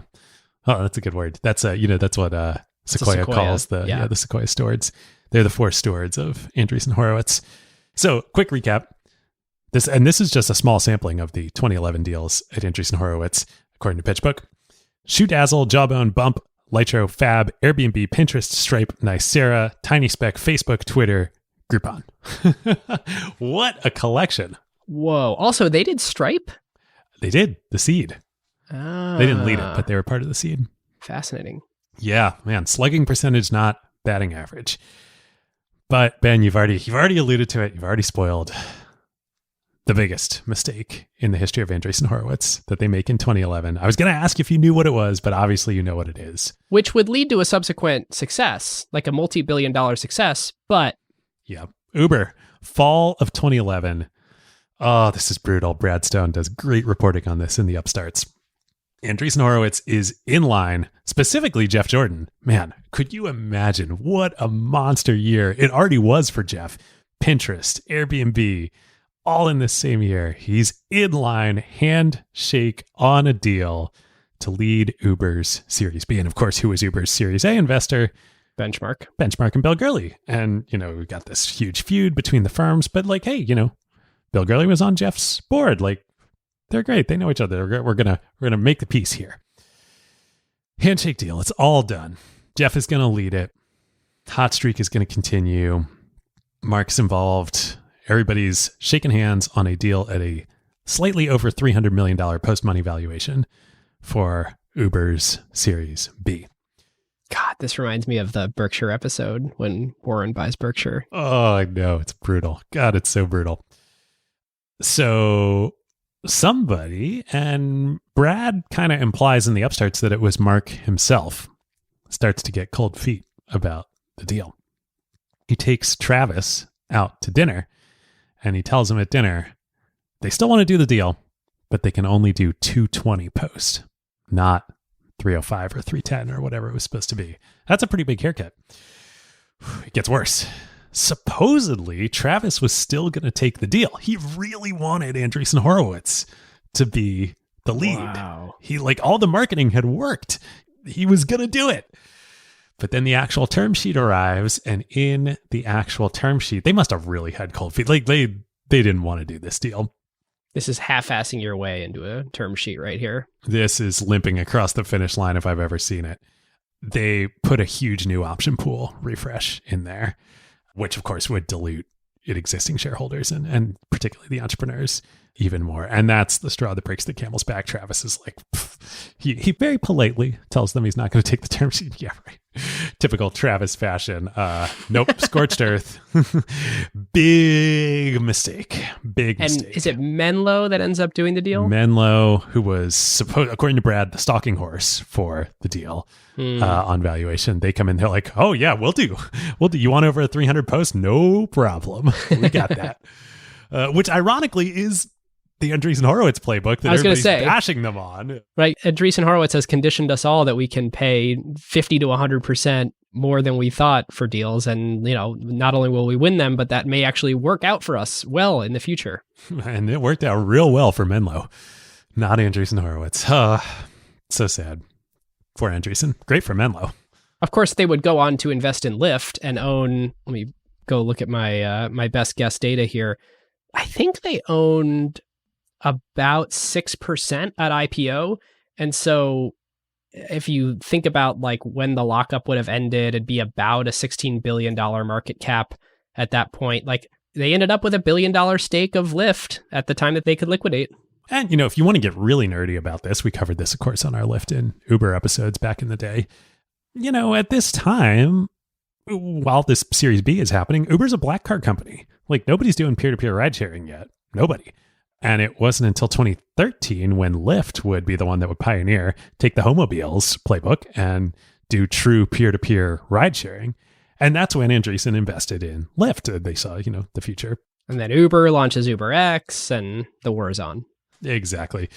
Don't really want to cross Travis Kalanick. But just to be like super crisp about this, it's a huge, huge loss. Like sure, Lyft ended up being worth $16 billion.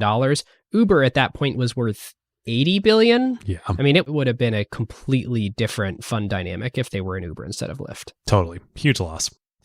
Man, 2011, what a freaking year for tech period, but also for Andreessen Horowitz. Do you know what else happens in 2011? Ooh. Literally right before the Uber deal goes down, which just makes it all the more mind-bending that Mark would get cold feet here. No. Software is eating the world. Oh my gosh, that's when he published the op-ed? August 2011, right before the Uber deal goes down. Yeah, op-ed in the Wall Street Journal. Crazy. I mean, the piece itself, like it's kind of a masterwork of arguing this there is no bubble thesis. I mean, at this point in time, people still think like, tech is overvalued. We're still in the shadow of the financial crisis. Mark talks about in the piece, he says, this is a quote, "Today's stock market actually hates technology, as shown by the all-time low price to earnings ratios for major public technology companies. Apple, for example, has a PE ratio of around 15.2, the same as the broader stock market, despite Apple's immense profitability and dominant market position." Yeah, I mean, crazy. Today, Apple's PE ratio is 32.5, Microsoft is 39, Amazon is 69. The market did hate tech or just didn't recognize tech at this point in time. Which is fascinating because those companies did have unbelievable gross margin profiles and continually high growth rates for public companies. So it is, not as high as they have now. Like it's crazy to watch all these companies continue to grow the rate at which they're accelerating even today, even later in their life. But yeah, at that point, he's totally right that investors in public markets hadn't really realized this about tech companies yet. The other thing that he sort of sharpens his pencil on this point later, I don't think he makes it as directly in the software is eating the world thesis, but he now argues, look, compute costs are just going to zero. Like truly, it's going to asymptotically approach zero. And so at some point, if you have infinite free compute, which we should say, like that does require continuous innovations in energy because it does take a lot of energy to do stuff. And that's the big knock on crypto. But hey, Moore's law.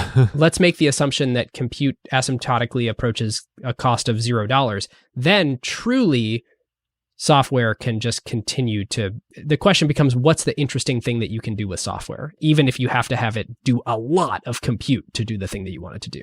Well, the thing that's so cool that I didn't put together until doing the research for this episode.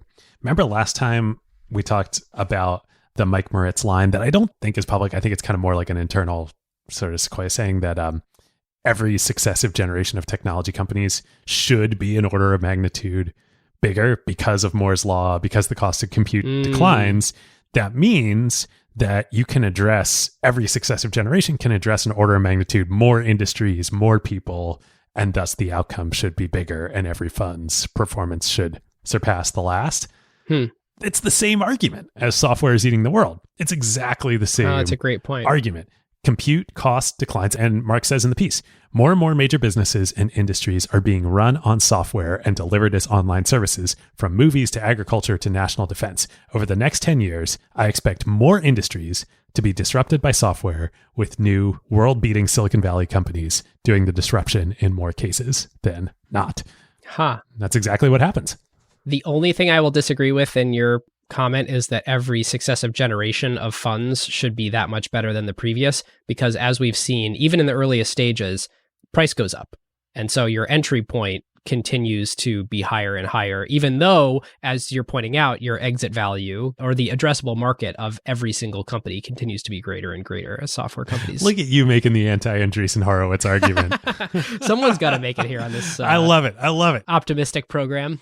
So great. So great. And also then there is this question of like, will that always be true? Like there's 3 billion people on Facebook now. At some point, if you saturate the entire global population with compute at their fingertips and you take up 24 hours of their day and you have 100% of their value creating activities, aka their jobs, running on software, like at some point, especially because the population's not growing, it would seem that you no longer have an order of magnitude greater addressable market than in the previous year. But we're probably very far from that horizon, or an order of magnitude more than the previous decade. Well, and I think it looks like now that crypto is going to be the next answer to that, right? Like, what is the next value of Moore's law accelerating and decreasing? You know, you said like a lot of energy. Ooh, David Rosenthal calling it here on air. Well, I think Andreessen Horowitz has been calling it for a while. So 2013. Okay. So back to that. So after software is eating the world at the end of 2011, in January 2012, they go out and they raise Fund 3, $1.5 billion. Oh my gosh, get at me. You thought we were big before. Watch this. Watch this. So that $1.5 billion fund, get this, was 7.5% of all of the venture money raised globally in 2012. Whoa. One fund, one firm. Wow. That's wild. Isn't that crazy? It's interesting because it's basically like, in a lot of ways, Andreessen Horowitz was just slightly out of step with the growth of the rest of the venture ecosystem. And they took advantage of these like arbitrageable moments where like the one that you were talking about where they realized, wait a minute, there's actually less risk in Series A than there used to be because there's all these seed investors. So therefore we should invest at Series A because we can kind of get paid too much in equity for the risk that we're taking. Or more appropriately, other people are getting paid too much in equity for the risk that they're taking, so we can price higher.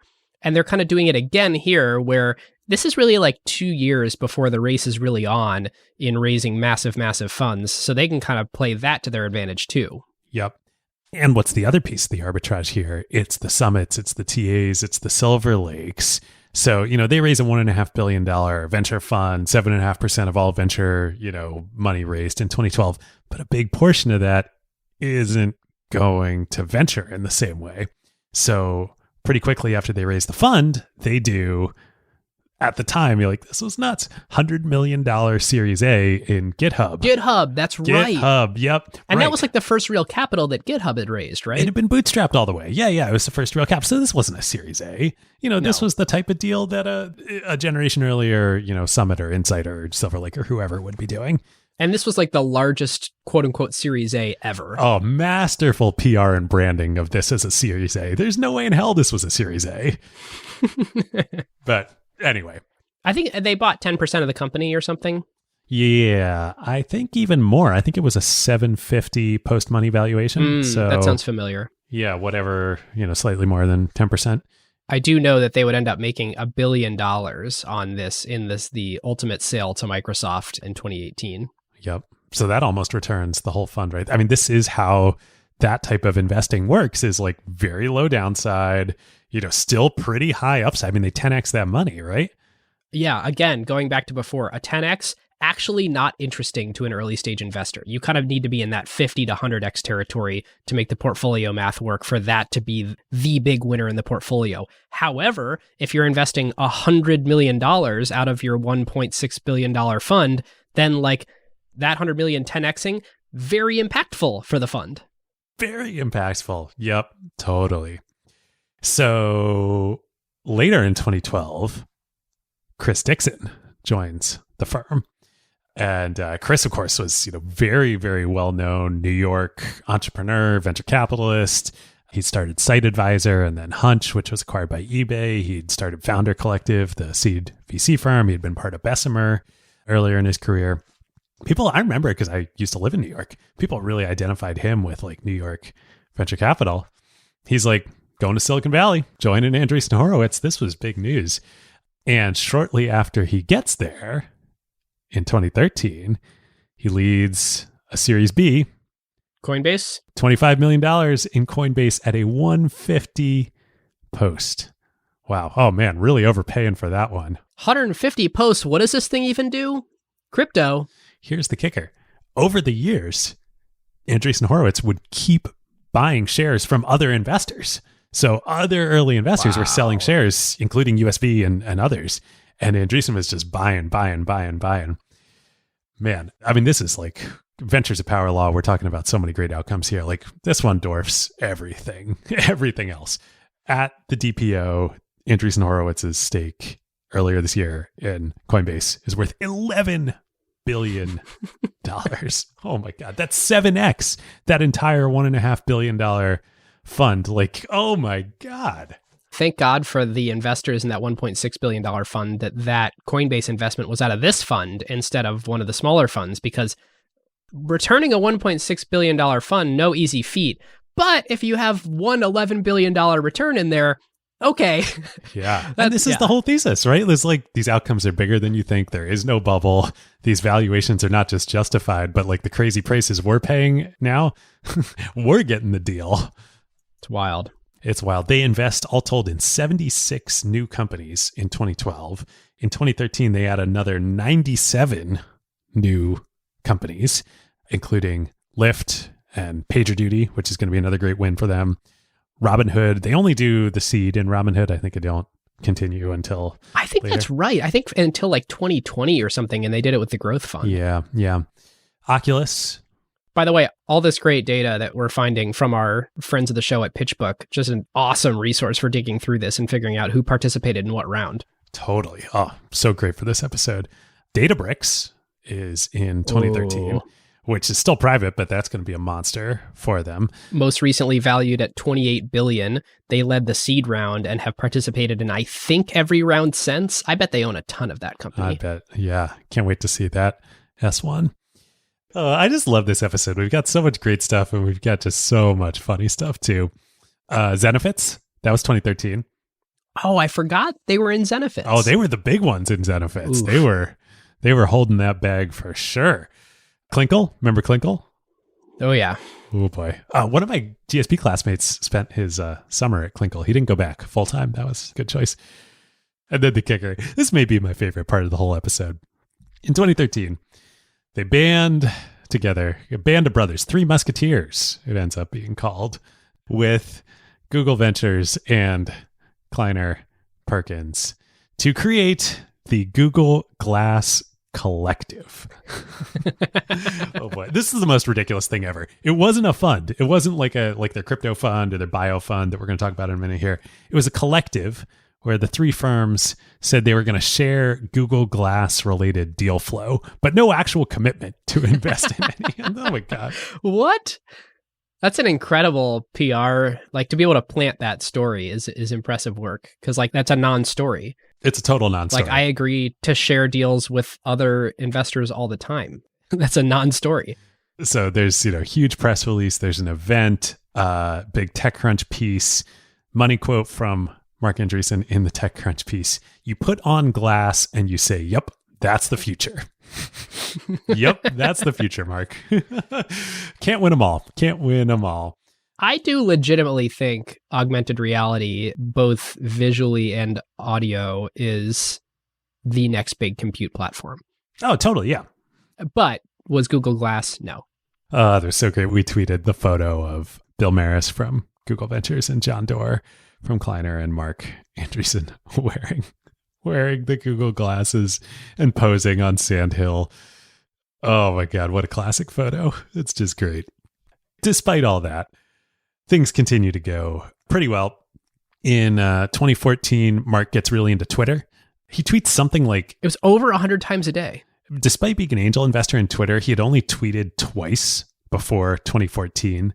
I remember thinking that was ridiculous back in the day, that like all these people who were talking about how they invested in Twitter and blah, blah, blah, had never actually participated on the platform. I think Fred Wilson was the only one who like actually was active on the platform. But then for whatever reason in 2014, Mark decides, oh yeah, I'm going to get really into this. He tweets like 20,000 times in 6 months. It's wild. And he was like the best person to follow. Because like if you were interested in mental models and exploring wacky futuristic ideas, like it was a buffet table of that. Yep. He actually, people, of course, also creates press and everybody wants to know, why is he tweeting so much? And like, it's so great. And he says in some interview, he says he loves Twitter because, quote, reporters are obsessed with it.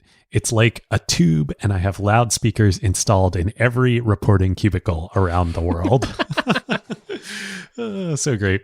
March of 2014, they close another $1.5 billion fund, just a little over 2 years after Fund 3, the $1.5 billion fund. So assets under management here are about $4 billion. Yep. They do Instacart, they do Reddit, they do Magic Leap, they do all sorts of stuff. Interestingly, though, the pace actually steps down a little bit. They stop doing quite as many seeds during this time period. They've now since stepped back up the seeds, but I think maybe they started listening to folks about the signaling talk, or maybe entrepreneurs were actually listening to the signaling effect. It was resonating with people. I mean, David, like to recall a conversation we had when you were starting your venture firm in, when was that? 2016? 2018. Yeah. This was part of the thesis. You were like, well, no one wants to raise seed rounds from the Series A firms because of the signaling risk. So we're a pure play seed firm. And I think that makes a lot of sense. And that was the professionalization of the asset class of seed happened because of that. Of the signaling effect. Yeah. Yeah, totally. It's just so funny. It's completely disappeared now. Yeah, well, in so many ways, everyone has followed Andreessen Horowitz's lead in truly every way. The one that we're describing here is kind of shrugging a little bit on what stage is the right one for me and how much do I need to stick to my knitting and, how much does signal matter? Yep. So, okay, in 2015, finally, the New Yorker piece comes out. It's so good. It's so damn good. You got to go read it. Tomorrow's Advance Man. Tad Friend is such a good writer. And this is like, once every year, couple of years, the New Yorker is like, we're going to do a profile on an industry. And they talk about this on the A16Z podcast. And like, I think it's the episode with Margaret, like the opportunity to have the profile on venture capital in the New Yorker and to have Mark Andreessen be like the mouthpiece for it. Oh, it's so great. So I'm just going to, is it okay? Can I read a couple lines? Because these are, please do. These are so good. Okay. So first off, the piece starts off with a little vignette of Mixpanel, which of course was a big Andreessen investment. And talking to the founder, Suhail Doshi, about his experience raising venture capital and whatnot. And he says, oh, this quote is so good. Mediocre VCs want to see that your company has traction. The top VCs want you to show them that you can invent the future. It's so funny and it's so true. It's just great. Let's see. Andreessen and Horowitz modeled their brand strategy not on the industry's elite, but on Larry Ellison's Oracle and its aggressive marketing during the enterprise software wars. For one investor in their funds, Princeton University's chief investment officer, Andrew Golden, it became a running joke how long it would take other firms to complain about Andreessen Horowitz. In the early days, it was within 2 minutes, he says. Here we go. This might be my favorite part. One morning, as I sat down to breakfast with Andreessen, a rival VC sent me a long email about A16Z's holdings. The VC estimated that because Andreessen's firm had taken so many growth positions, its average ownership stake was roughly 7.5%. It's actually 8%, which meant that to get 5 to 10x across its 4 funds, you would need your aggregate portfolio to be worth $240 to $480 billion. How could that possibly be? I started to check the math with Andreessen. He made a jerking off motion and said, blah, blah, blah. We have all the models. We're elephant hunting, going after big game. Oh my God. That a rival VC would take the time to type out a long email. And would take the time to have themselves or an analyst go model out a different firm's average ownership. Are you kidding me? So great. So great. And model out close enough to be within 0.5% of the actual number. And wait a minute. So that's actually an interesting question. So they would need, what were the numbers of how much market cap in aggregate would need to be created? $240 to $480 billion of market cap. So you got Coinbase at, what is it, 100? Right around a cool 100.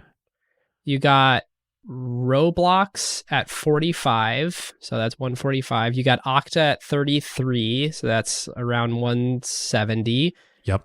You got Slack at 24. No. Something like that. Let's take it to 200. Okay. Around to 200. You got Airbnb. That's another hundy right there. Yep. You got Pinterest, which is another 45, 50. Yep. All right. So we're at 350. So like you can see sending that email being like, good effing luck. And like you do look at the companies they've invested in, and you're like, yep, they far surpassed that. And like we haven't talked about Instacart or Databricks or Robinhood and of course these are smaller positions, but yeah. Yep. It's so great. And then Mark's response makes a jerking off motion with his hand. It says we're elephant hunting. We're going after big game. That has to be the first time that was printed in the New Yorker. In the New Yorker. It must be. So great. Yeah. I mean, well, the interesting thing is the whole industry seems to massively get whiplash from some new disruptive entrant, often who's writing bigger checks and has a bigger fund. And the first reaction is, oh my God, complain about them. See Tiger today.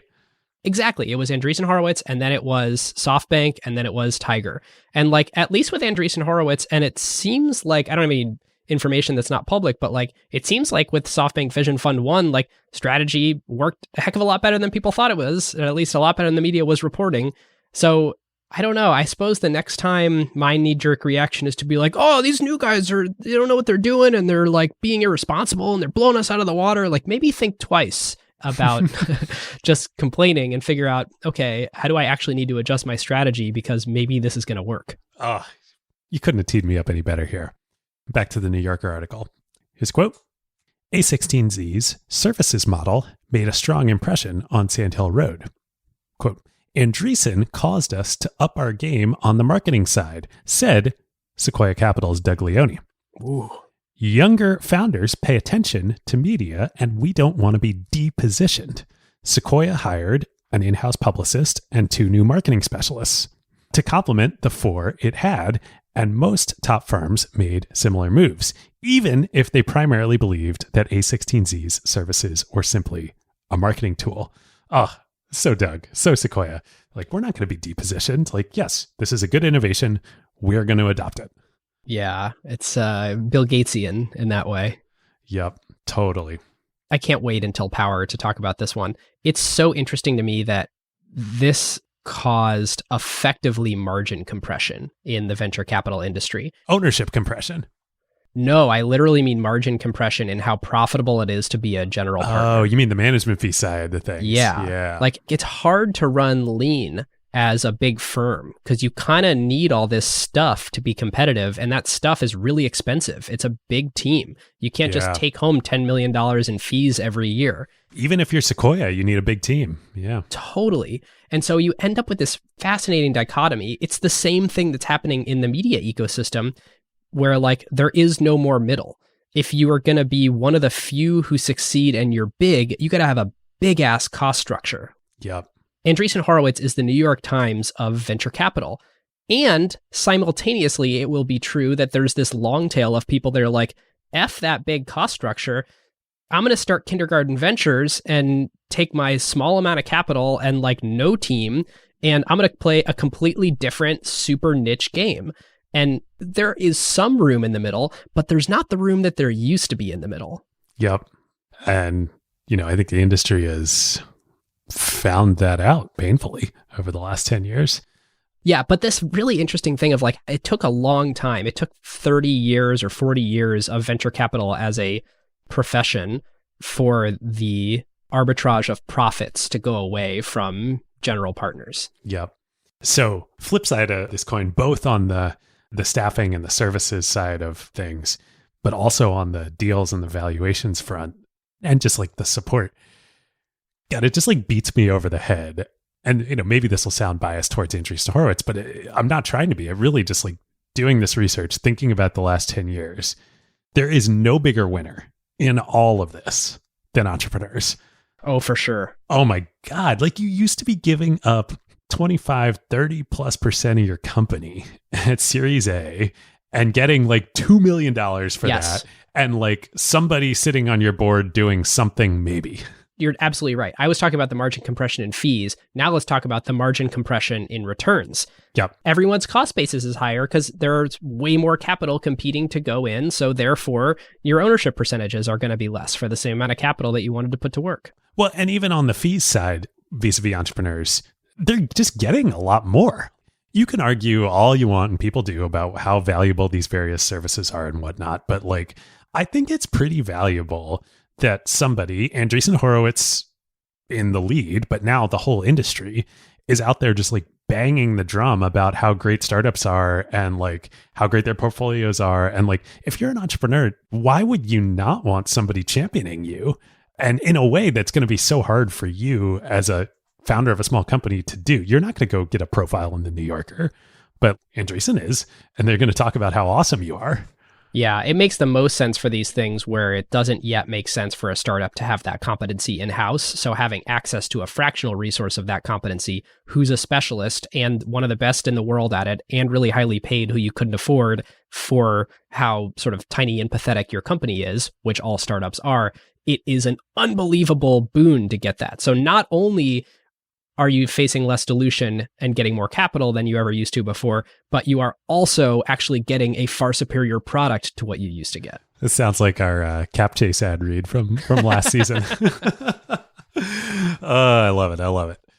One playbook theme I want to highlight here, and we'll talk about this again at the end, but anytime your name is on your competitor's lips, you're winning. Like, you're winning. Like, it doesn't matter what they're saying. Yeah. If they are talking about you, good, bad, ugly, indifferent, you're winning. You should just keep doing what you're doing.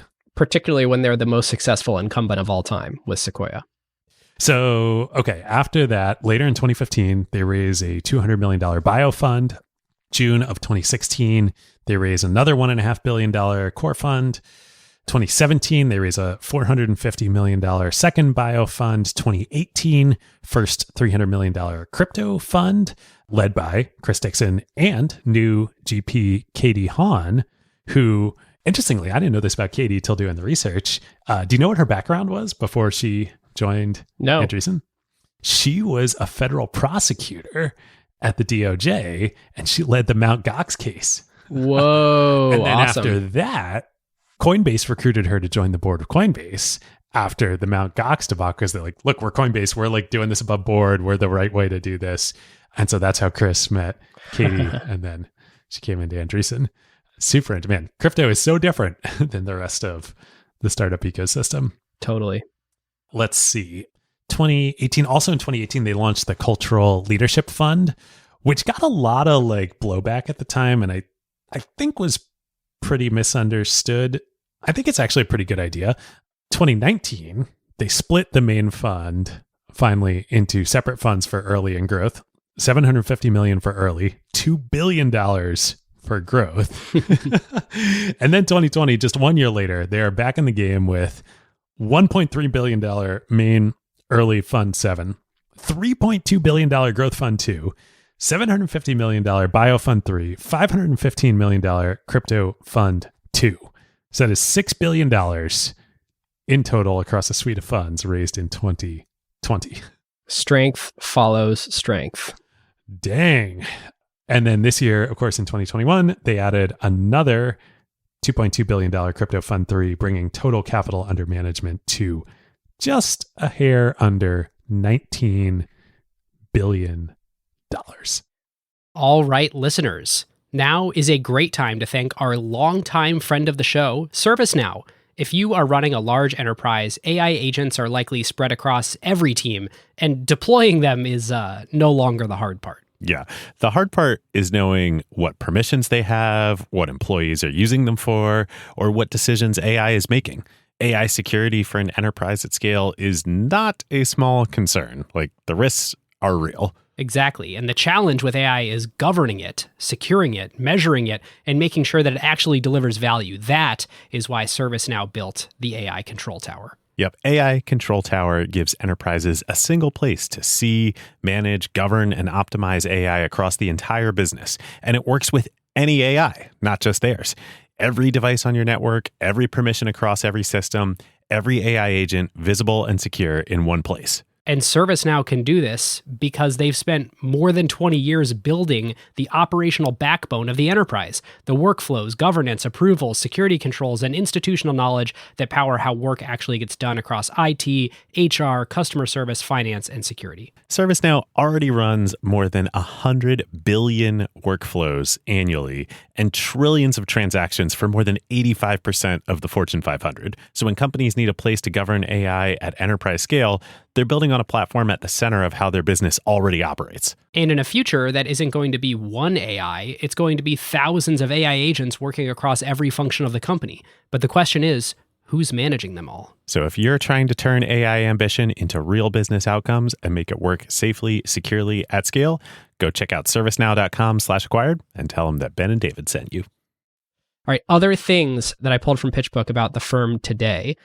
So they made us this great tear sheet that we'll have to see if we can share this in the Slack, 'cause it's a great set of data on the firm. They did a little under 1,000 investments in a little over 500 portfolio companies total. They've produced 160 exits, 20 of which were companies going public. There's now 22 GPs with the addition of a new New York-based GP. The first time there's been someone outside of the Bay Area That's added right. as a GP. Another friend of the show. David Haber.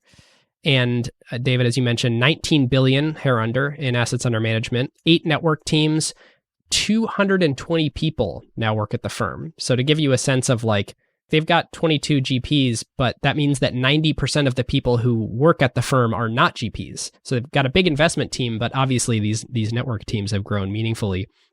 And I also was talking to some folks, they did a lot of hiring outside of the Bay Area during COVID. So as much as they were sort of one of the champions of Bay Area for life, and if you're serious, you invest here and the best companies are created here, blah, blah, blah. The last year has like really changed that. And not only are they investing in more places, but they actually have staff in more places and have adapted the culture and the processes internally to be hybrid. Then also, we debated including all this in the History and Facts, I think for length, if nothing else, but also to do it right. We're going to do a different venue to talk all about this, but they've also built a media company. Yeah. Alongside all of this. Yeah, absolutely.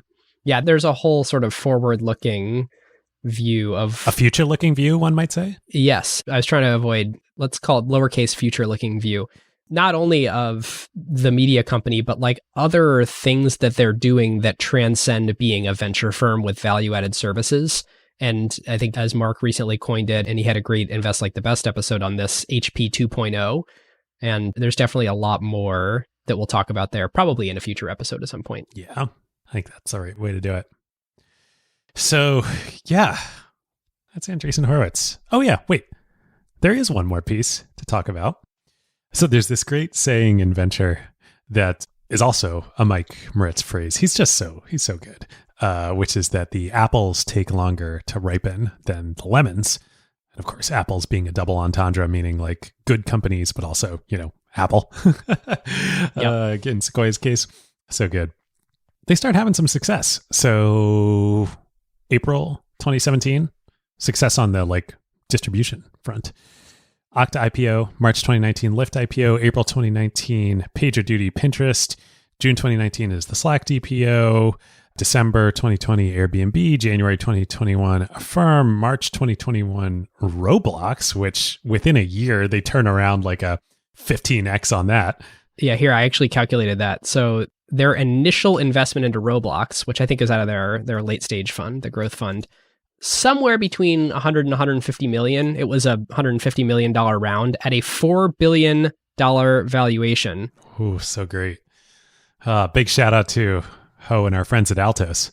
Totally. It means they own probably about 2.5% of the company at IPO, which of course is a $45 billion market cap today. So pretty quick turnaround for that 100 to 150 million into $1.2 billion. Yep. And then the big one, April 2021. What's that? 7 years after the initial investment? In Coinbase. Coinbase. Damn. $11 billion stake that Andreessen Horowitz has in Coinbase. Which I think is an even better outcome, or it's about on par with what Sequoia had with Airbnb, if I'm remembering right from our episode there. Yeah, it sounds about right. Maybe a little less. I want to say Sequoia had like a 15-ish% stake in Airbnb, 13, 15, something like that.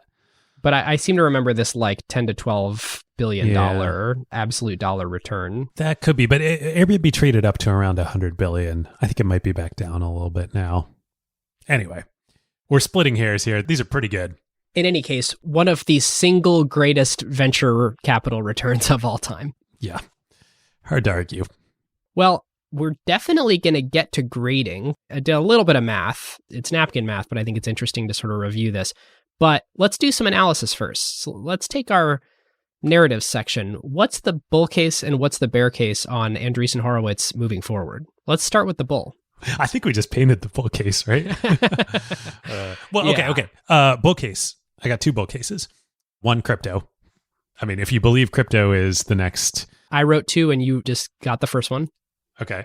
Next bull case I would have, I'm curious if you'd have this as well.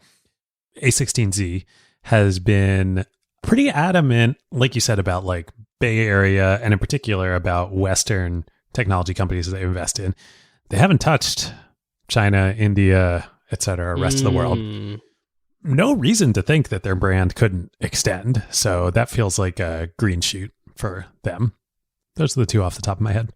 I like that. I didn't have that. The second one I had is this sort of HP 2.0 notion of, you know, in the old days, before there existed a startup ecosystem where you could get funded by venture capitalists to go and pursue your idea, you would try and rise up the ranks of an HP or one of these companies as an executive to go and invent the future. And HP was the 100% owner of every division. GE was the 100% owner of every division of their company. Obviously, taking minority positions is different, but can you sort of be more of the Hewlett-Packard in their heyday if you aren't the majority shareholder of these businesses? Can you still find a way? And now we're drifting into Kleiner-Perkins territory a little bit, but can you find a way to both provide the services, find synergies between portfolio companies, and really like find leverage from your own scale such that you can find economies of scale across the different companies? And by that, I mean, does everyone really need their own totally separate finance team? Like at some scale, probably not. The same kind of thing that you see in industry consolidation when one company buys another. I'll be very curious if they sort of transcend the we help you out with part-time resources thing in their networks to see if there's some way where like actually some part of the fundamental operations of the company are happening at the venture level. Interesting. It's kind of like maybe sort of like an actual fulfillment of the, the CAA dream execution machine thing. Because the CAA package, like Jurassic Park, the packages that they were putting together, the talent, they weren't doing it. Like part of the reason CAA had to exist was like, they're not going to pull together like, I don't know what goes into making a movie, but I assume there's a lot of stuff that the studios used to do and that CAA was able to bring together into a package and then be like, nope, studios, you are just financiers now. Totally. I wonder if this is part of what's informing this HP 2.0 strategy. Yeah, I mean, the thing that I wrote down is that the biggest case is that the firm is actually unrecognizable in 10 years, that they're sort of the startup platform like an idea platform. And I'm not being specific about what that means because I don't really know, but maybe the right term is that they're like the startup dream machine, which actually lends itself more toward a studio. It would seem like, I mean, just based on all the work we've done at PSL, starting 27 companies, like I do wonder if they'll shift earlier and start being more of like you literally are a person with an idea and we have an ability to sort of take that and plug it in. And the cool thing about the studio is we have that machinery built for like the first 18 months. And I'd be curious, a lot of people talk about seed to IPO as an investor. It'll be interesting to see if Andreessen Horowitz can sort of become the startup dream machine all the way from idea to IPO. Yeah. Well, or you could just go raise a whole lot of money and you could be the next, disruptor in the industry. It's a great point. It's really like that Mark and Ben kind of have no sacred cows, and like whatever, they're very experimental. They're very willing to change things. And like, it wouldn't surprise me if some point in the near future, they stop talking about it as a venture capital firm because they feel that it's a sort of broader set of activities. Well, clearly they're already sort of going this direction with the media company and all that. Yep. Yeah. We also totally skipped over crypto, which I think is okay. But can you give like one or two sentences on how they're different than other firms with a lens toward crypto?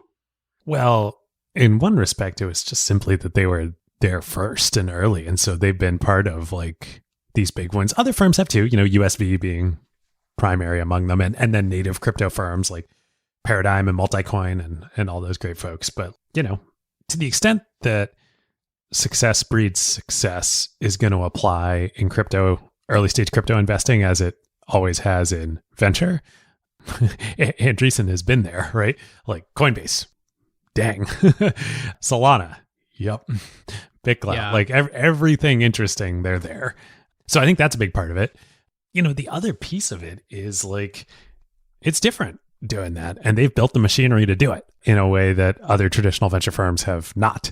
I think, if I understand the history right, I think part of the reason why they created a separate fund for crypto versus doing it out of the main fund was because of the same things that trigger needing with secondaries needing to be an RIA. I think if you do too much token investing in a core fund, you would need to register and you would lose your venture capital exemption. So while other firms were registering as RIAs to do secondaries, which of course Andreessen also does, they were like, oh, well, we'll go do this first with crypto funds and then now for the whole firm to be able to buy tokens instead of equity. So I think it's just going to take a lot of firms a long time to catch up to that. And the operations of things, of staying abreast of the things you can do in the US versus international, like takes overhead. And they've invested in that overhead and they've figured out what the necessary infrastructure is from a regulatory perspective to do crypto investing with LP dollars. Yep. Should we talk about the bear case? Yeah. Okay, so here's my biggest one. We have been on an unprecedented, unbelievable bull run in tech that started the same year that Andreessen Horowitz was founded. They've never operated in a down market. I'm not saying that it's not going to go well, but like their strategy has aligned perfectly with the economic landscape while they've been operating in it. So it is untested, unlike all these other firms that have needed to, if you believe the A16Z haters who say they have no price discipline, will that come back to haunt them during the, one or two funds from the vintage years of whatever downturn comes at some point in the future? It could hit them a lot harder than it hits other folks. Yep. You don't have to debate that. I'm just saying. Yeah, totally. Question mark. That would be the knock. The other bear case I was thinking of is like they basically overextend themselves in trying to get too creative and imagining what this HP 2.0 could look like. And they have like a great, very profitable business on their hands where they have really dominated an industry, and like them trying to turn that into something entirely new and different may actually not work. I gotta also say, for a firm and people that are so good on branding and marketing and whatnot, calling this strategy HP 2.0, you might want to rethink that one, guys. Like, I don't know that HP is something you really want to associate with these days. Well, and nobody, I mean, there's just not that many people alive and operating in the business world right now, or leading companies in an aspirational way, who are aware of the HP that Mark talks about. Yep, exactly. They're only aware of the defunct PC manufacturer. You want to say Amazon 2.0? Great. Yeah. But anyway, I think a big one that I have no view one way or the other whether this is happening or not, or at risk of happening, would just be that as you turn this into a big firm, it's already a big firm, politics are going to start to creep in, right? Like it happens. This happens in organizations. And frankly, probably politics have been the downfall of every venture firm that has risen and fallen to varying relative degrees. You know, there are all sorts of reasons, right? But you break it down at the end of the day, it's people, it's politics. That's the problem. And the bigger you get, the more opportunities there are. The bigger you get and the more time that goes by, the more opportunities there are for that.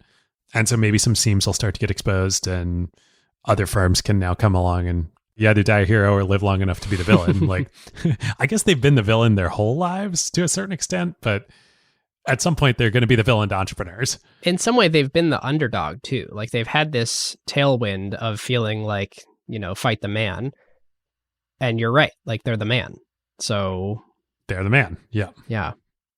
I guess one other thing I was thinking about is, speaking of Tiger Global and what's going on in hedge funds coming into late stage financing and now even early stage financing, those folks are beating the drum of, we're a financial investor and we're going to give you the cheapest available capital. And you can use that capital to go and build your own relationships and hire people and do all the things you need to do that, like, VC is kind of a bundle of both advice and relationships and capital, and we're just selling you pure capital. There's some set of entrepreneurs who are going to do that because they're very experienced, they have their own relationships, they don't need the services that a firm like A16Z brings to bear. The question is, will that belief spread where more and more people, even if they're inexperienced and could benefit from the set of services that A16Z offers, if they're like, actually, the most capital at the cheapest price sounds great to me, and I actually just want all these competencies in-house. Which, as hopefully we've painted along the way here, was a key component of the Andreessen Horowitz strategy. Like, there's all the stuff, there's all the services, there's everything about it, but also they were offering the best terms at the highest prices for a very long time. And if they're no longer doing that, you know, I think there's a very valid argument that price is what matters. It's sort of like Andreessen Horowitz had a different underwriting model on the future than the rest of the VCs did. And so far, because we've been in this bull run this whole time, it has proven to be right. So everyone else who is being too conservative in their sort of valuation models and basically underwriting of what future markets could look like was wrong. And that's why Andreessen Horowitz could both be the best product at the best price. But it may prove to be the case at some point in the future that the gas in the tank runs out on software is eating the world, or that we go through a little extended hiccup where people stop believing that for 5 years and the money coming after you dries up and LPs are difficult to raise from. Like, I'm just imagining a little bit more capital crunched environment where, like, you can't be both higher valuations with more money and a really expensive broad set of services. Yep. Now, I mean, in the long run, like, obviously, I think we all know what side we fall on here. Like everything, it depends on your time horizon. And if your time horizon is infinite, then yes, you and I, being the optimists that we are, we're like looking at this bear case being like, yeah, but as long as you can tough it out, you'll be fine. The internet. Never bet against the internet. Never bet against the internet. But you're so spot on about the underwriting thing, that they were just underwriting differently than everyone else and more correctly. You know, the vignette from the New Yorker article with the competing VC. Right. The point of that competing VC was like, this is crazy. The math doesn't work. Their underwriting is wrong. Yeah. And A16Z is like, that thing that you said was crazy, where you're like, the math doesn't work because the numbers are too big. We think we can hit those numbers. And they did. Yep. And they did. And by we, like tech companies broadly that we invest in. Yep. Well, I think this isn't exactly a narrative one way or the other. Maybe it's a narrative about the industry as a whole. We made this point on the first episode, but I want to double, triple, underline, underscore here. We're telling this whole thing. And there's so much drama and it's so fun. It's like, Andreessen's, the underdog and the disruptor. And there's all this, feuding and whatnot. This is all just great for everybody. It's just freaking fantastic for everybody. Like the fact that the New Yorker is writing about tech, it's great for other VCs. It's great for startups. It's great for entrepreneurs. It's great for podcasts like you and me. It's great for Andreessen. It's great for Benchmark. It's great for Sequoia. Full stop. Yep. Which is a great lead into power. So I think, this is interesting. So I think that they had a source of power that worked really well for their first, call it 8-ish years, and now they have a different power. And remember, for folks that are new to the show, power is the thing that enables a business to achieve persistent differential returns. Like, how can they be sustainably more profitable than their nearest competitor? The first one was clearly counterpositioning. We've used it several times in this show to describe the way that they positioned themselves in the press versus other folks, versus incumbents. And I'm going to use it a little bit more specifically in this case, which is they literally did things that other people could not do because their business models did not allow for it. If you were to go to GPs at big firms and say, in order to bet on the future correctly, the way these other guys are, and we need to staff up like this, overnight, we all need to stop taking salaries for the next 3 years. Oh, and we all make over $1 million a year in salary and have personal lives and burn rates that have accommodated that. And that's even before we start getting our carry. The chances of that happening immediately, rather than over the next 5 to 8 years being, forced to, was like zero. And so there was that moment in time, much like how CAA was able to do it in the agency world, where they literally took a different business model and did a thing that the incumbents couldn't copy, which was genius. Yep. Totally. Totally genius. The other one was brand. Totally. And that's the one that will last for the future. Mm-hmm. All this highfalutin stuff is great, and all the value-added services are great, and all the networks are great, and the executive briefing center is great. Let's not forget the business that we're in here, which is deploying capital and getting a return on that capital. Now, that is a commodity. Capital is a commodity. And the way that commodity industries look is that they're pretty much undifferentiated, because the vast majority of the value is available from a near exact provider substitute. And so what differentiates a commodity from another commodity? Brand. Coke and Pepsi, baby. There was actually a great quote. I forget where. I almost put it in the script and I didn't, of an entrepreneur talking about the Andreessen benchmark thing, and they're just like, "Oh, it's so great! It's like watching Coke and Pepsi, do a price war." Truly, I'm just sitting here sipping. Truly, it's like watching a game of chess play out too, because it is simultaneously true that having a great board member, it can be game changing for your company. Having this set of services can be game changing for your company. Like, I just watch, not to toot our own horn, but like some of the folks that we're able to bring into portfolio companies through us at PSL recruiting them, trajectory changing for companies. And I'm sure, like, I've never worked at Andreessen Horowitz. I'm sure that works in spades there. And so, like, even forget all the other services. Like, if you have a great recruiting mechanism, game changing for companies. And also, it is true that the primary value that comes from raising capital is the capital. The brand piece is also interesting too. And you said about like, and just riffing a little more on the Coke and Pepsi thing, back to the Benchmark versus Andreessen. Benchmark's brand, we are the craft venture capital firm. Yeah. Andreessen's brand, we are the franchise. It's just like Coke and Pepsi, right? It's like, Coke is, whatever, Coca-Cola Classic with the polar bears and whatnot. And Pepsi is like the taste of a new generation, like it works. Like there's different segments that they address. Like it works. Yeah.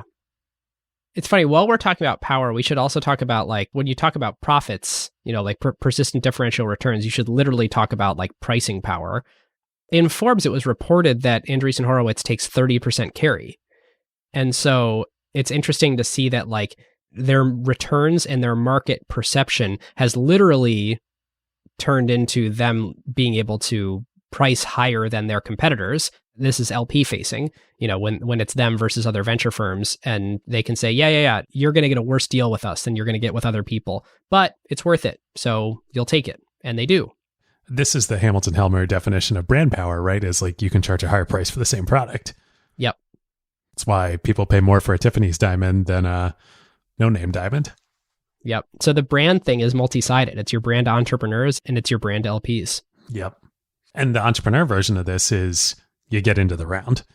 You get into the round and you get a large ownership allocation in the round. Yep. All right, playbook. I know we've done a lot of this already, but there's a few that I want to hit. Go for it. All right, so just to review all the things that were like unheard of or uncommon before A16Z started doing them. GPs as former founders rather than investors. Huge team of experts, which is now known as VC platform. Calling everyone at the firm a partner. Blogging, which other than like Brad Feld and Fred Wilson, doing transparency versus opacity and content marketing more broadly, like that didn't really exist in venture. Paying huge prices to blow your competitors out of the water and just offer much higher valuations and bigger checks. It's crazy. Yeah, literally nobody did that. Yeah, it existed to some extent in isolated ways, but like no one just said like, F it, we're doing it over and over and over again because we're underwriting the future differently than you are. Yeah, and not really. Like people would be like, oh, I can't believe. I mean, because I entered the industry in 2010, so Andreessen was there, but it was still early days. It would be like, oh, I can't believe the price that X firm paid for this. We offered a 6 pre and they did an 8 pre. Like nobody was just step change. Nobody said like, what if you raised 8? Yeah, and then we'll figure out how to value that. And then lastly, venture firms investing in crypto. I think USV probably gets a little bit of credit for, I think they were earlier in some ways, but not nearly investing as many dollars and for sort of as long a period and building a brand with the crypto community the way that Andreessen has gone on to. So you look at those, what is that, 6 things? I would add 7 too of like PR. Yeah. As well. Yeah, I guess I'd put that into like the content marketing, brand building, but you're right, it's a different function of marketing.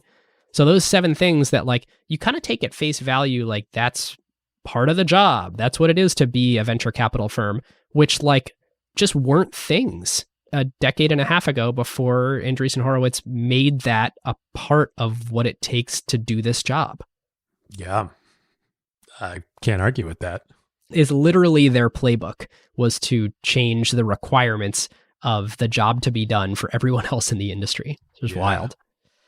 On that note, there's this interesting thing that I've been thinking about, which is like the common knock was that they were overpaying to buy name brand for themselves to sort of like buy their way into winners, which first of all, even if they did that, it actually is accretive to their LPs, since their LPs would benefit from being investors in this name brand fund in the future, assuming that they were going to continue investing in subsequent funds. Like it actually was a good use of the capital, even if their prices were irrational, because great, now in the first year when that fund was deployed, we might have overpaid for some deals, but now we're in a top 3 franchise. So awesome.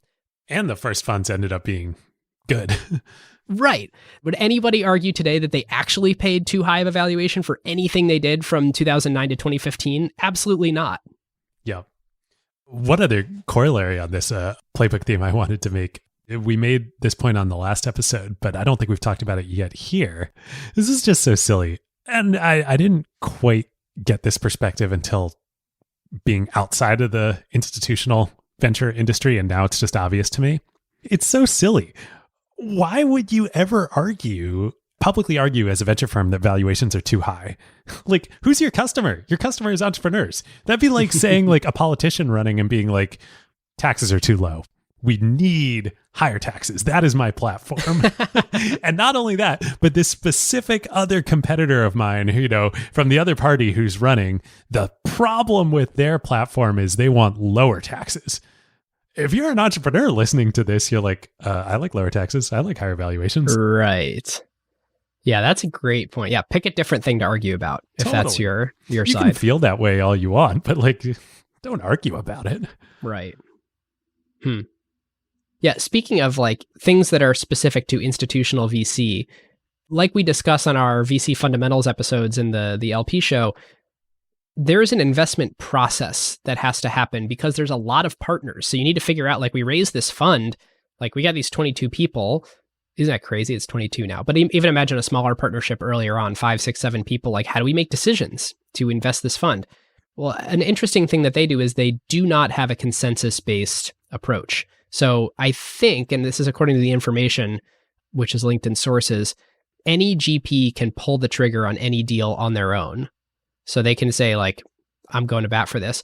The way Mark describes it in some podcasts is that they assemble a red team to basically be there. Nice. The way we've talked about this at PSL, and I think I've talked about it on LP episodes in the past, is like to have a foil. If you're advocating to turn a project into a spin out, someone should kind of be the bear case on it, or your foil. Mark calls it a red team. And he's like, we basically staff someone with the responsibility of going and trying to figure out why this is a bad investment. Because if you don't have the consensus of the partnership and you're putting your name on the line, sure, we should do that investment, maybe, like it's a good non-consensus bet, but also you should have to go argue with someone who's going to present the other side of the case.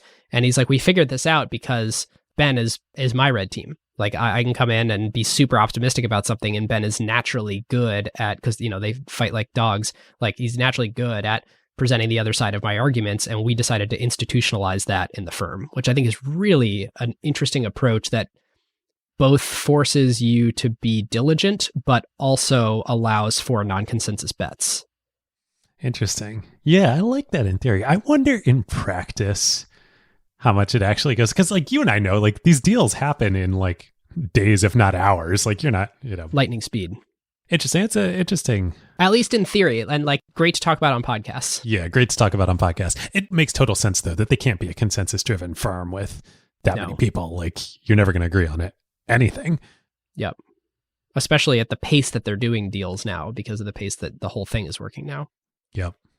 The last one that I had that I just thought was interesting that we didn't talk about on any of this, but Mark talks about a lot, which is he doesn't really believe in pivots or the notion of like failing fast or the lean startup. I'm amenable to this argument, even though I do a ton of testing of ideas, that like the big innovations throughout history are made by true believers who just kept trying. Like there's something like the filament of a light bulb was like Edison's 200th attempt at creating filament. And it's like, it may not be the right decision for you as an individual to keep ramming your head against a wall, but it's good for all of us as a society that there are a lot of people who are willing to keep running at something almost illogically so, in a way that is potentially not in their best interest, because that is where the true breakthroughs come from. And if everybody's always like looking at data from the first sort of test and they're like, it's not really working, let's try something else, then like you don't get the breakthrough innovations. Yeah, that makes sense. I mean, I think like both of these things are true, but certainly like we didn't like test acquired. And if we had tested acquired in the early years, we probably would have been like, well, that's not working very well. Totally. But passion leads you to do things that aren't necessarily economic. And then at some point you sort of look around and you're like, whoa, value creation has happened. I love that image. Hopefully not said in that sterile of language, but yeah. I like that. I'm gonna use that with startups going forward. Just feel like, guys, value creation has happened. Well, I was talking actually with a portfolio CEO the other day about how I really believe from doing acquired now that, and we talked with Patrick O'Shaughnessy about this, that like brands just take time. People don't love stuff quickly. They're always skeptical of new stuff. And so brand is like, it's time times absolute number of people who are familiar with the brand times the magnitude of how much they care about the brand. Sure, you can get the coefficient on those second two factors to be very high, but it sure helps to have a lot of time because, multiplies through. So just looking back at acquired, and A16Z now has this going for it too, it is remarkable, even if the product doesn't get any better, and certainly the product for us and for what they offer has gotten dramatically better, that time existing in market, continuing to bang your head against the wall and keep doing your thing and being true to it, even if it's an irrational decision because it may not pay off, the passion can allow you to stick it out long enough such that a brand can be built. Well, there's also like, once you get a brand like that. I mean, I guess this is the point of 7 powers. Like any of the powers, once you achieve them, you're just like a whole lot more robust than you used to be. Like think about the first Andreessen fund and the Skype deal. If they had lost money on that, man, history would have been different. Totally. That could have torpedoed everything. Yep. Now they write a couple $100 million check into something and it blows up in their face. Like let's take Clubhouse. Like jury's still out on Clubhouse. Like, will it work? Well, it don't work. You know, who knows? But let's assume for a minute that just play out a scenario where it goes to zero and they lose a whole bunch of money on it. Won't matter at all. Literally no impact, right? That's such a good point. Or similarly, like early days of Acquired, right? Like first couple episodes, like if we had just like if something really bad had happened, we probably would have quit. But not that I want to do this at all, but like if we have a bad episode or something like that, like we're probably going to be fine. Yeah. I don't know. Man, this is like my constant paranoia because it's such a big risk to dedicate. It does feel a little tight-ropey. Listening to a podcast is a risk because we're like totally off topic here, but this is something I'm like super fired up about. If an article's boring, it's fine because you skim it real quick and then under a minute, you're gone. If an episode sucks, you're like, wow, I just dedicated an hour, 2 hours, 3 hours of my life to this thing. I'm not going to trust these people to produce things that are high quality anymore. I'm gone. And so I don't know about you. I constantly live in fear and like have gotten aggressive on if this thing is not of the quality bar in which we set, every single episode we release is a risk. It's funny. Like I think my level of, I'm curious what you think. My level of nerves going into every episode has remained constant and steadily increasing for the 6 years we've been doing this. Totally. There's more on the line every time. Every time. Yep. Huh. Well, that was a digression. Totally. So great. There's so many stories. That was a, continuing to riff on the tangent of the podcast. We were worried we were going to run out of stories after like 10 episodes. Well, we did run out of good acquisitions. That's true. That's true. But my God, there's stories everywhere. And in our community now, like it's the best. Flywheel spinning. All right, grading. Dun, dun, dun. So listeners, we are not LPs in Andreessen Horowitz. And if we were, we wouldn't be able to disclose their returns. That said, thanks to our great relationship with the folks at PitchBook Data, we are able to pull a ton of stats on when they invested, at what rounds, at what valuations. We're able to scan S1s of all these companies to see if they owned more than 5% at IPO, what they own. We do know how much money they've raised. And so we're able to do some napkin math. And here's the napkin math that we've done. So we looked at the proceeds from their top 10 liquid outcomes. And that may not mean that they've actually liquidated their position, but that they could have. So that is, and I'll just run through them real quick because I think we said some of the numbers earlier, but it's worth highlighting again. Okta was $1.5 billion to $2 billion back to Andreessen Horowitz. Coinbase, $11 billion, the granddaddy of them all. Airbnb, we estimated around $3.5 billion based on an $85 billion market cap. They have IPO'd in the last 6 months, so it's reasonable to think that they would start liquidating that position now. We think that they own about 4%. They're a sub 5% shareholder, but are of course on the board. They led the Series B, and I think they put 60 plus million into the Series B. So yeah, a lot of capital there. So probably 3-4%, somewhere in there. Lyft, they generated about $1 billion out of. PagerDuty, $500 million. Slack, we think about $3 billion, assuming they held all the way to the Salesforce deal 18 months later. Pinterest, $1.5 billion. They own 10% at IPO, which was, I think, like a $15 billion market cap, but has 3x since then. So it depends how much they held. Depends when they distributed, yeah. Right, could have been higher. Roblox, a quick $1.2 billion. GitHub, $1 billion, and Affirm, somewhere between $500 million and $1 billion. Again, all these things are estimated. But if you just look at those companies and think about distributing pretty early, like assuming that they didn't hold Okta all the way until it is worth $33 billion that it is today, these companies probably generated about $25 billion in returns. So an interesting thing to do is to then look at that divided by the AUM of the funds that they come from, just to say what's like the worst case scenario for their multiple. So that's assuming no more value from anything else. Which is simply not true. And we'll revisit some of the things that still could bear fruit.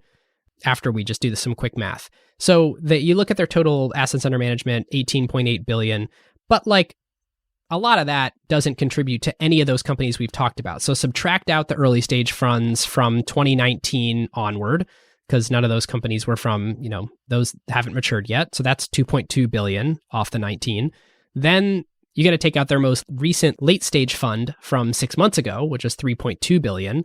Then you take out at least crypto funds 2 and 3, and maybe you even take out crypto fund 1, which is only another 350 million. But then you're pulling out from all of that another 2.7 to 3 billion. Then you take out all the biotech funds, which is 1.4 billion. You have like close to $10 billion to subtract out. And you could maybe even argue that one or two of the more recent early stage funds to take out as well. But to make this, like, again, all napkin math really easy, because we're just trying to figure out, like, did it work? Is it going to work? Is it showing signs of working? Let's just say their first $8 billion we have some data on, and then the more recent $8 billion, jury's still out. We don't know yet. Time will tell. And so if you look at that sort of first 8, well, that created at least 25 billion, which is a cool 3x. And you're not even counting, and this could be a monster, Databricks, which that company's worth 28 billion. And it wouldn't surprise me if A16Z owned like 25%. They invested very early and they've been investing every round. They could own like 7 billion of that company at the current valuation. Again, I don't know, but this would be a reasonable estimate. Instacart, it would seem reasonable to think they own like 2 billion in that. Robinhood, a small percentage because it was only a seed investor and then something more recent in the growth round. But like you also have like Robinhood, Oculus, Flatiron Health, Stack Overflow, Instagram, which is so funny. They generated 78 million out of Instagram, which was a nice return at the time, but sort of doesn't matter in this overall analysis today. So that 25 billion number, that gross 3x, is even before all these other companies that definitely contributed, and before all the other ones that, may have returned capital, may have done well, but not Coinbase well. Well, and there's one more dark horse too, which is, I believe, in the crypto funds and maybe some of in the early core funds, they're buying Bitcoin and Ether. Oh, interesting. I'm almost 100% sure at least Bitcoin, if not Bitcoin and Ether, they were buying in a bunch of these funds. Wow, depending on when they were buying, that's game-changing for this whole, depending on how much capital they put to work for this whole analysis. Yep. The reason that I wanted to sort of do this napkin math is to basically say, okay, we know with the first half of the capital that they raised in their life, at the very worst case, they had as good a returns as anyone else in the top quartile of the industry. So at the very worst case, it didn't not work. Right. Yeah, there's no, this is not an F. Yeah, they were able to do a hard thing, which is burst onto the scene and break into something where there is really persistent returns year over year, decade over decade, and compete with the very best of the best. And do we actually have the data to tell you if they're, the best in the industry or to compare them to Sequoia? It's too hard to do. But it also doesn't really matter, right? Right. It would be fascinating to know if they're better than Sequoia or better than Benchmark or not. But they're in the ballgame, Yeah. And this also, I think we can finally put to bed that leaked data in 2016. It's not that the data was wrong at all, but the conclusion of all people's analysis is, for the brand that they have, Andreessen Horowitz is way underperforming. Gosh, they're only at a 2x or a 2 point something. And you're like, okay, we don't know yet. Coinbase, if you had analyzed Coinbase in 2016, would you have been able to determine that it's going to whatever gigantic multiple it was on that fund just from that one company? No, there's no way you would have been able to. The apples take longer than lemons to ripen. That was, I skipped over that in the script for time, but it was a Wall Street Journal article that was so clearly a hit piece planted by rival venture firms where they had a bunch of quotes from LPs and stuff that their, the Andreessen returns were, I think the headline of the article was something like, despite bluster or whatever, Andreessen returns are average. Yeah. Well, I don't have much more to add. And frankly, I guess I would throw an A on it, with the plus sort of being if we ever got cleaner data. But for what a challenge it was to break in and challenge the incumbents in such a short time frame. It's remarkable how well they've done. That's spot on. It's an A. Only reason it's not an A+ is like A+ is Facebook buying Instagram and getting $500 billion of value for one. We just don't know enough yet that maybe it could end up being that in the future, but it's not that today. But no way, this is less than an A. Who else did this? Nobody's done this. And just to put some numbers, like I'm going to guess that the first $8 billion of capital in these funds that we're sort of calling inbounds for this analysis returned somewhere between 25 and probably 40-ish billion. It's so good. And it's funny, like the other navel-gazing aspect to venture and investment returns that people talk about all the time is like the multiple and like the IRRs and efficiency of capital and like only having the best companies and blah, blah, blah, blah, blah. Just the magnitude is like, at the end of the day, what really matters is the magnitude here. Yeah, the absolute dollars. The absolute dollars. Like they generated let's make it easy. Let's say 30 billion that they've returned on 8 billion invested. That's $22 billion that they've generated. Name me other firms who have done that. There are a few, but there are a very, very few who have done that. Yeah, it's interesting. Like a good multiple means you are right, but a great amount of absolute cash returned means you were three things. You were right with conviction, you had access, you had winning access to be a meaningful participant on that cap table, and you effectively did the work to obtain the capital in the first place to be able to deploy a large enough amount of it to generate a large dollar return. You got to be good at a lot of things, and you got to be convicted and right in them. Yep. And I think large institutional LPs, I think that's how they think about it, right? It's like, they're like, yeah, great. 10x fund, fine. If it's a $50 million fund and you 10x and you return 500 million, like, clap, I'm proud for you, but like, I'm not jumping out of my seat. But you return me 22 billion, like now I'm jumping out of my seat. I don't care what the multiple is. All right. Well, gosh, it feels good to come to the end of this two-parter. You want to do Carve Outs? Yeah, let's do some Carve Outs. I got two. First, they're both sort of quasi Carve Outs. The first one is a quasi Carve Out because I've already had this author as a recent previous Carve Out, Arthur C. Clarke. So good. Was it on the Ethereum episode maybe? I had him as my Carve Out. OG, super OG science fiction author. I have since continued to read his stuff, and I read Childhood's End. Have you read Childhood's End? No. Oh my gosh. This is so good. You got to go read this book. You know the movie Independence Day? Yeah. The Will Smith movie? Absolutely. Oh, so great. So Independence Day is based on Childhood's End, but it's only based on the very beginning. Like the beginning of Childhood's End is what Independence Day was based on. But then the rest of the book takes a very, very different turn. And it's super mind-bending and really cool. Can't recommend it enough. That's number one. Number two is specifically for you, Ben. I have a Carve Out for you. We are both huge MKBHD Marquez Brownlee fans. Yeah. And I think his most recent video, he just launched a new channel on YouTube called the Studio Channel with the video. You are going to love this because you are such a gear geek. Studio Tour. MKBHD Studio Tour. And like, oh my God, it's so cool. And he's got great gear. I got to go check that out. I was watching it. I was both like jaw on the floor and I was like, wow, we are such amateurs at Acquired. Like he has a litany of red cameras. Litany. And like, wow, video is, I have so much more respect for what YouTubers do. Like audio is easy. We're playing on easy mode here. Oh, it's so much harder for sure. Okay, cool. Like I'm legitimately adding that to my to-do list right now to go watch that after. All right, mine is continuing my recommendation of The Sopranos and Goodfellas, The Godfather.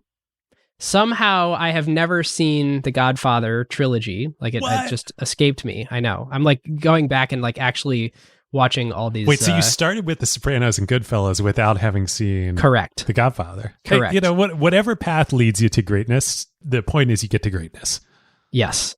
And greatness it is. God, it is so good. And like 1 is so like good and raw, and 2 is so artistic and well thought through, and the method of storytelling flashing back and forth between the two stories. I think some people complain about it. I loved it. I think it's De Niro's best performance ever. It's definitely Al Pacino's best performance ever. Yeah. And three exists. 3 I turned off. Actually, I didn't watch 3. I watched Coda. People think it's better than 3. It's like a reshot. There's some stuff that's reshot and re-edited. And like maybe if I had 14 years between 2 and 3, then it'd be okay. But because I tried to watch them back to back, I was like allergic to the 90s isms of Coda, that where I was just like, this is unwatchable. I mean, the haircuts alone. I think Michael Corleone says more words in the first 10 minutes of that movie than in the entirety of 2. I believe it. I believe it. Just no subtlety. So that's an anti-Carve Out. I don't know that I've ever watched 3. I was just, this is what I hear from everybody. 1 and 2 are so good. Oh, they're so good. They're so, the horse head. Oh, it's beautiful. Just great. All right, listeners, now is a great time to talk about one of our favorite companies, Statsig. Yes, long-time acquired partner. There is a reason why the best product teams at companies like OpenAI and Notion, Atlassian, Figma, Rippling, Brex, and more rely on Statsig, whether they are iterating on their core product features or shipping AI-powered experiences at scale. Yep. In the crazy speed of today's AI world, shipping fast is just table stakes now. It's basically trivial to build and deploy your app constantly. The real advantage is how quickly you learn what changes actually created value for customers and how fast you can use that signal to guide what you ship next. Whether it's a feature tweak, a pricing change, a performance improvement, or an AI update like a model change or prompt adjustment, they're not relying on instinct. They're measuring what actually moved engagement, retention, and ultimately revenue. And as more teams build with AI, that learning loop becomes even more important. Building with LLMs introduces non-determinism into your product experience. The same input doesn't always produce the same output, and behavior can shift in subtle ways in real-world use. So doing offline evals will give you part of the picture, but you can really only understand the impact once your product is live with real users, and then you can measure how their behavior actually changes. It's very different than the way that you would ship features in a pre-AI world where you knew exactly what the software was going to do in production. Yeah, exactly. So this is where Statsig comes in. It brings experimentation, feature flags, and product analytics into one unified system so teams can ship safely, test rigorously, and directly link what they changed to how users actually behaved. The result is a tighter feedback loop and learning that compounds over time, so you don't just ship more, you ship better. So if you want to make learning your competitive advantage, whether you're building new AI experiences or just evolving your existing core product, go to statsig.com/acquired to get started. All right. Well, with that, listeners, come join us in the Slack, become an LP. All those links are in the show notes. If you liked this episode, share it with a friend. You could share it on social media. That'd be nice, but I actually like the one-to-one stuff better. We're all about the slow, methodical, high-touch growth here at Acquired. And so if you can put your personal, someone that you think would really appreciate it, then that's who you should share it with. We love social media shares, of course, but it's kind of hard to like just post on social media and be like, you should listen to this 3.5-hour podcast that is part 2 of Andreessen Horowitz. Like, you kind of got to like really convince someone. So if you love this, tell your friends. It's like when I get an Eventbrite invitation to go to something versus when a friend texts me and like, hey, you should come over for this, you know? Yep, exactly. It's a totally different thing.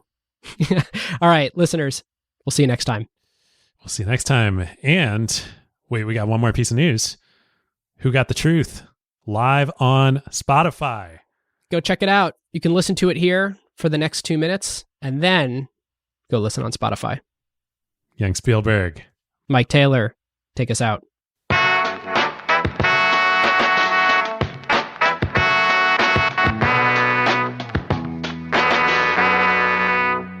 Who got the truth? Is it you? Is it you? Is it you? Who got the truth now? Is it you? Is it you? Is it you? Sit me down, say it straight. Another story on the way. Who got the truth now? Who got the truth? Everybody's talking, nobody's listening. These days I feel lost. lost in opinions. Everybody's fighting, nobody's winning. Take me home, cause I don't know what's going on in the world I'm living. Everybody's breaking up the dinner. Breaking up the dinner. Breaking up the dinner. Through all this smoke, I need to know who got the truth. Is it you, is it you, is it you? Who got the truth now? Is it you, is it you, is it you? Sit me down, say it straight. Another story on the way. Who got the truth now? Who got the truth? Not here for the cheap talk. They flip-flop like a seesaw. Not free under these laws. Now the world see what we saw. People wonder what to do now. It took a body cam to get the truth out. Hit the streets, time to move out. Got so much to lose now. Everybody's breaking up the dinner. Breaking up the dinner. Breaking up the dinner. Through all this smoke, I need to know who got the truth. Is it you, is it you, is it you? Who got the truth now? Is it you, is it you, is it you? Sit me down, say it straight. Another story.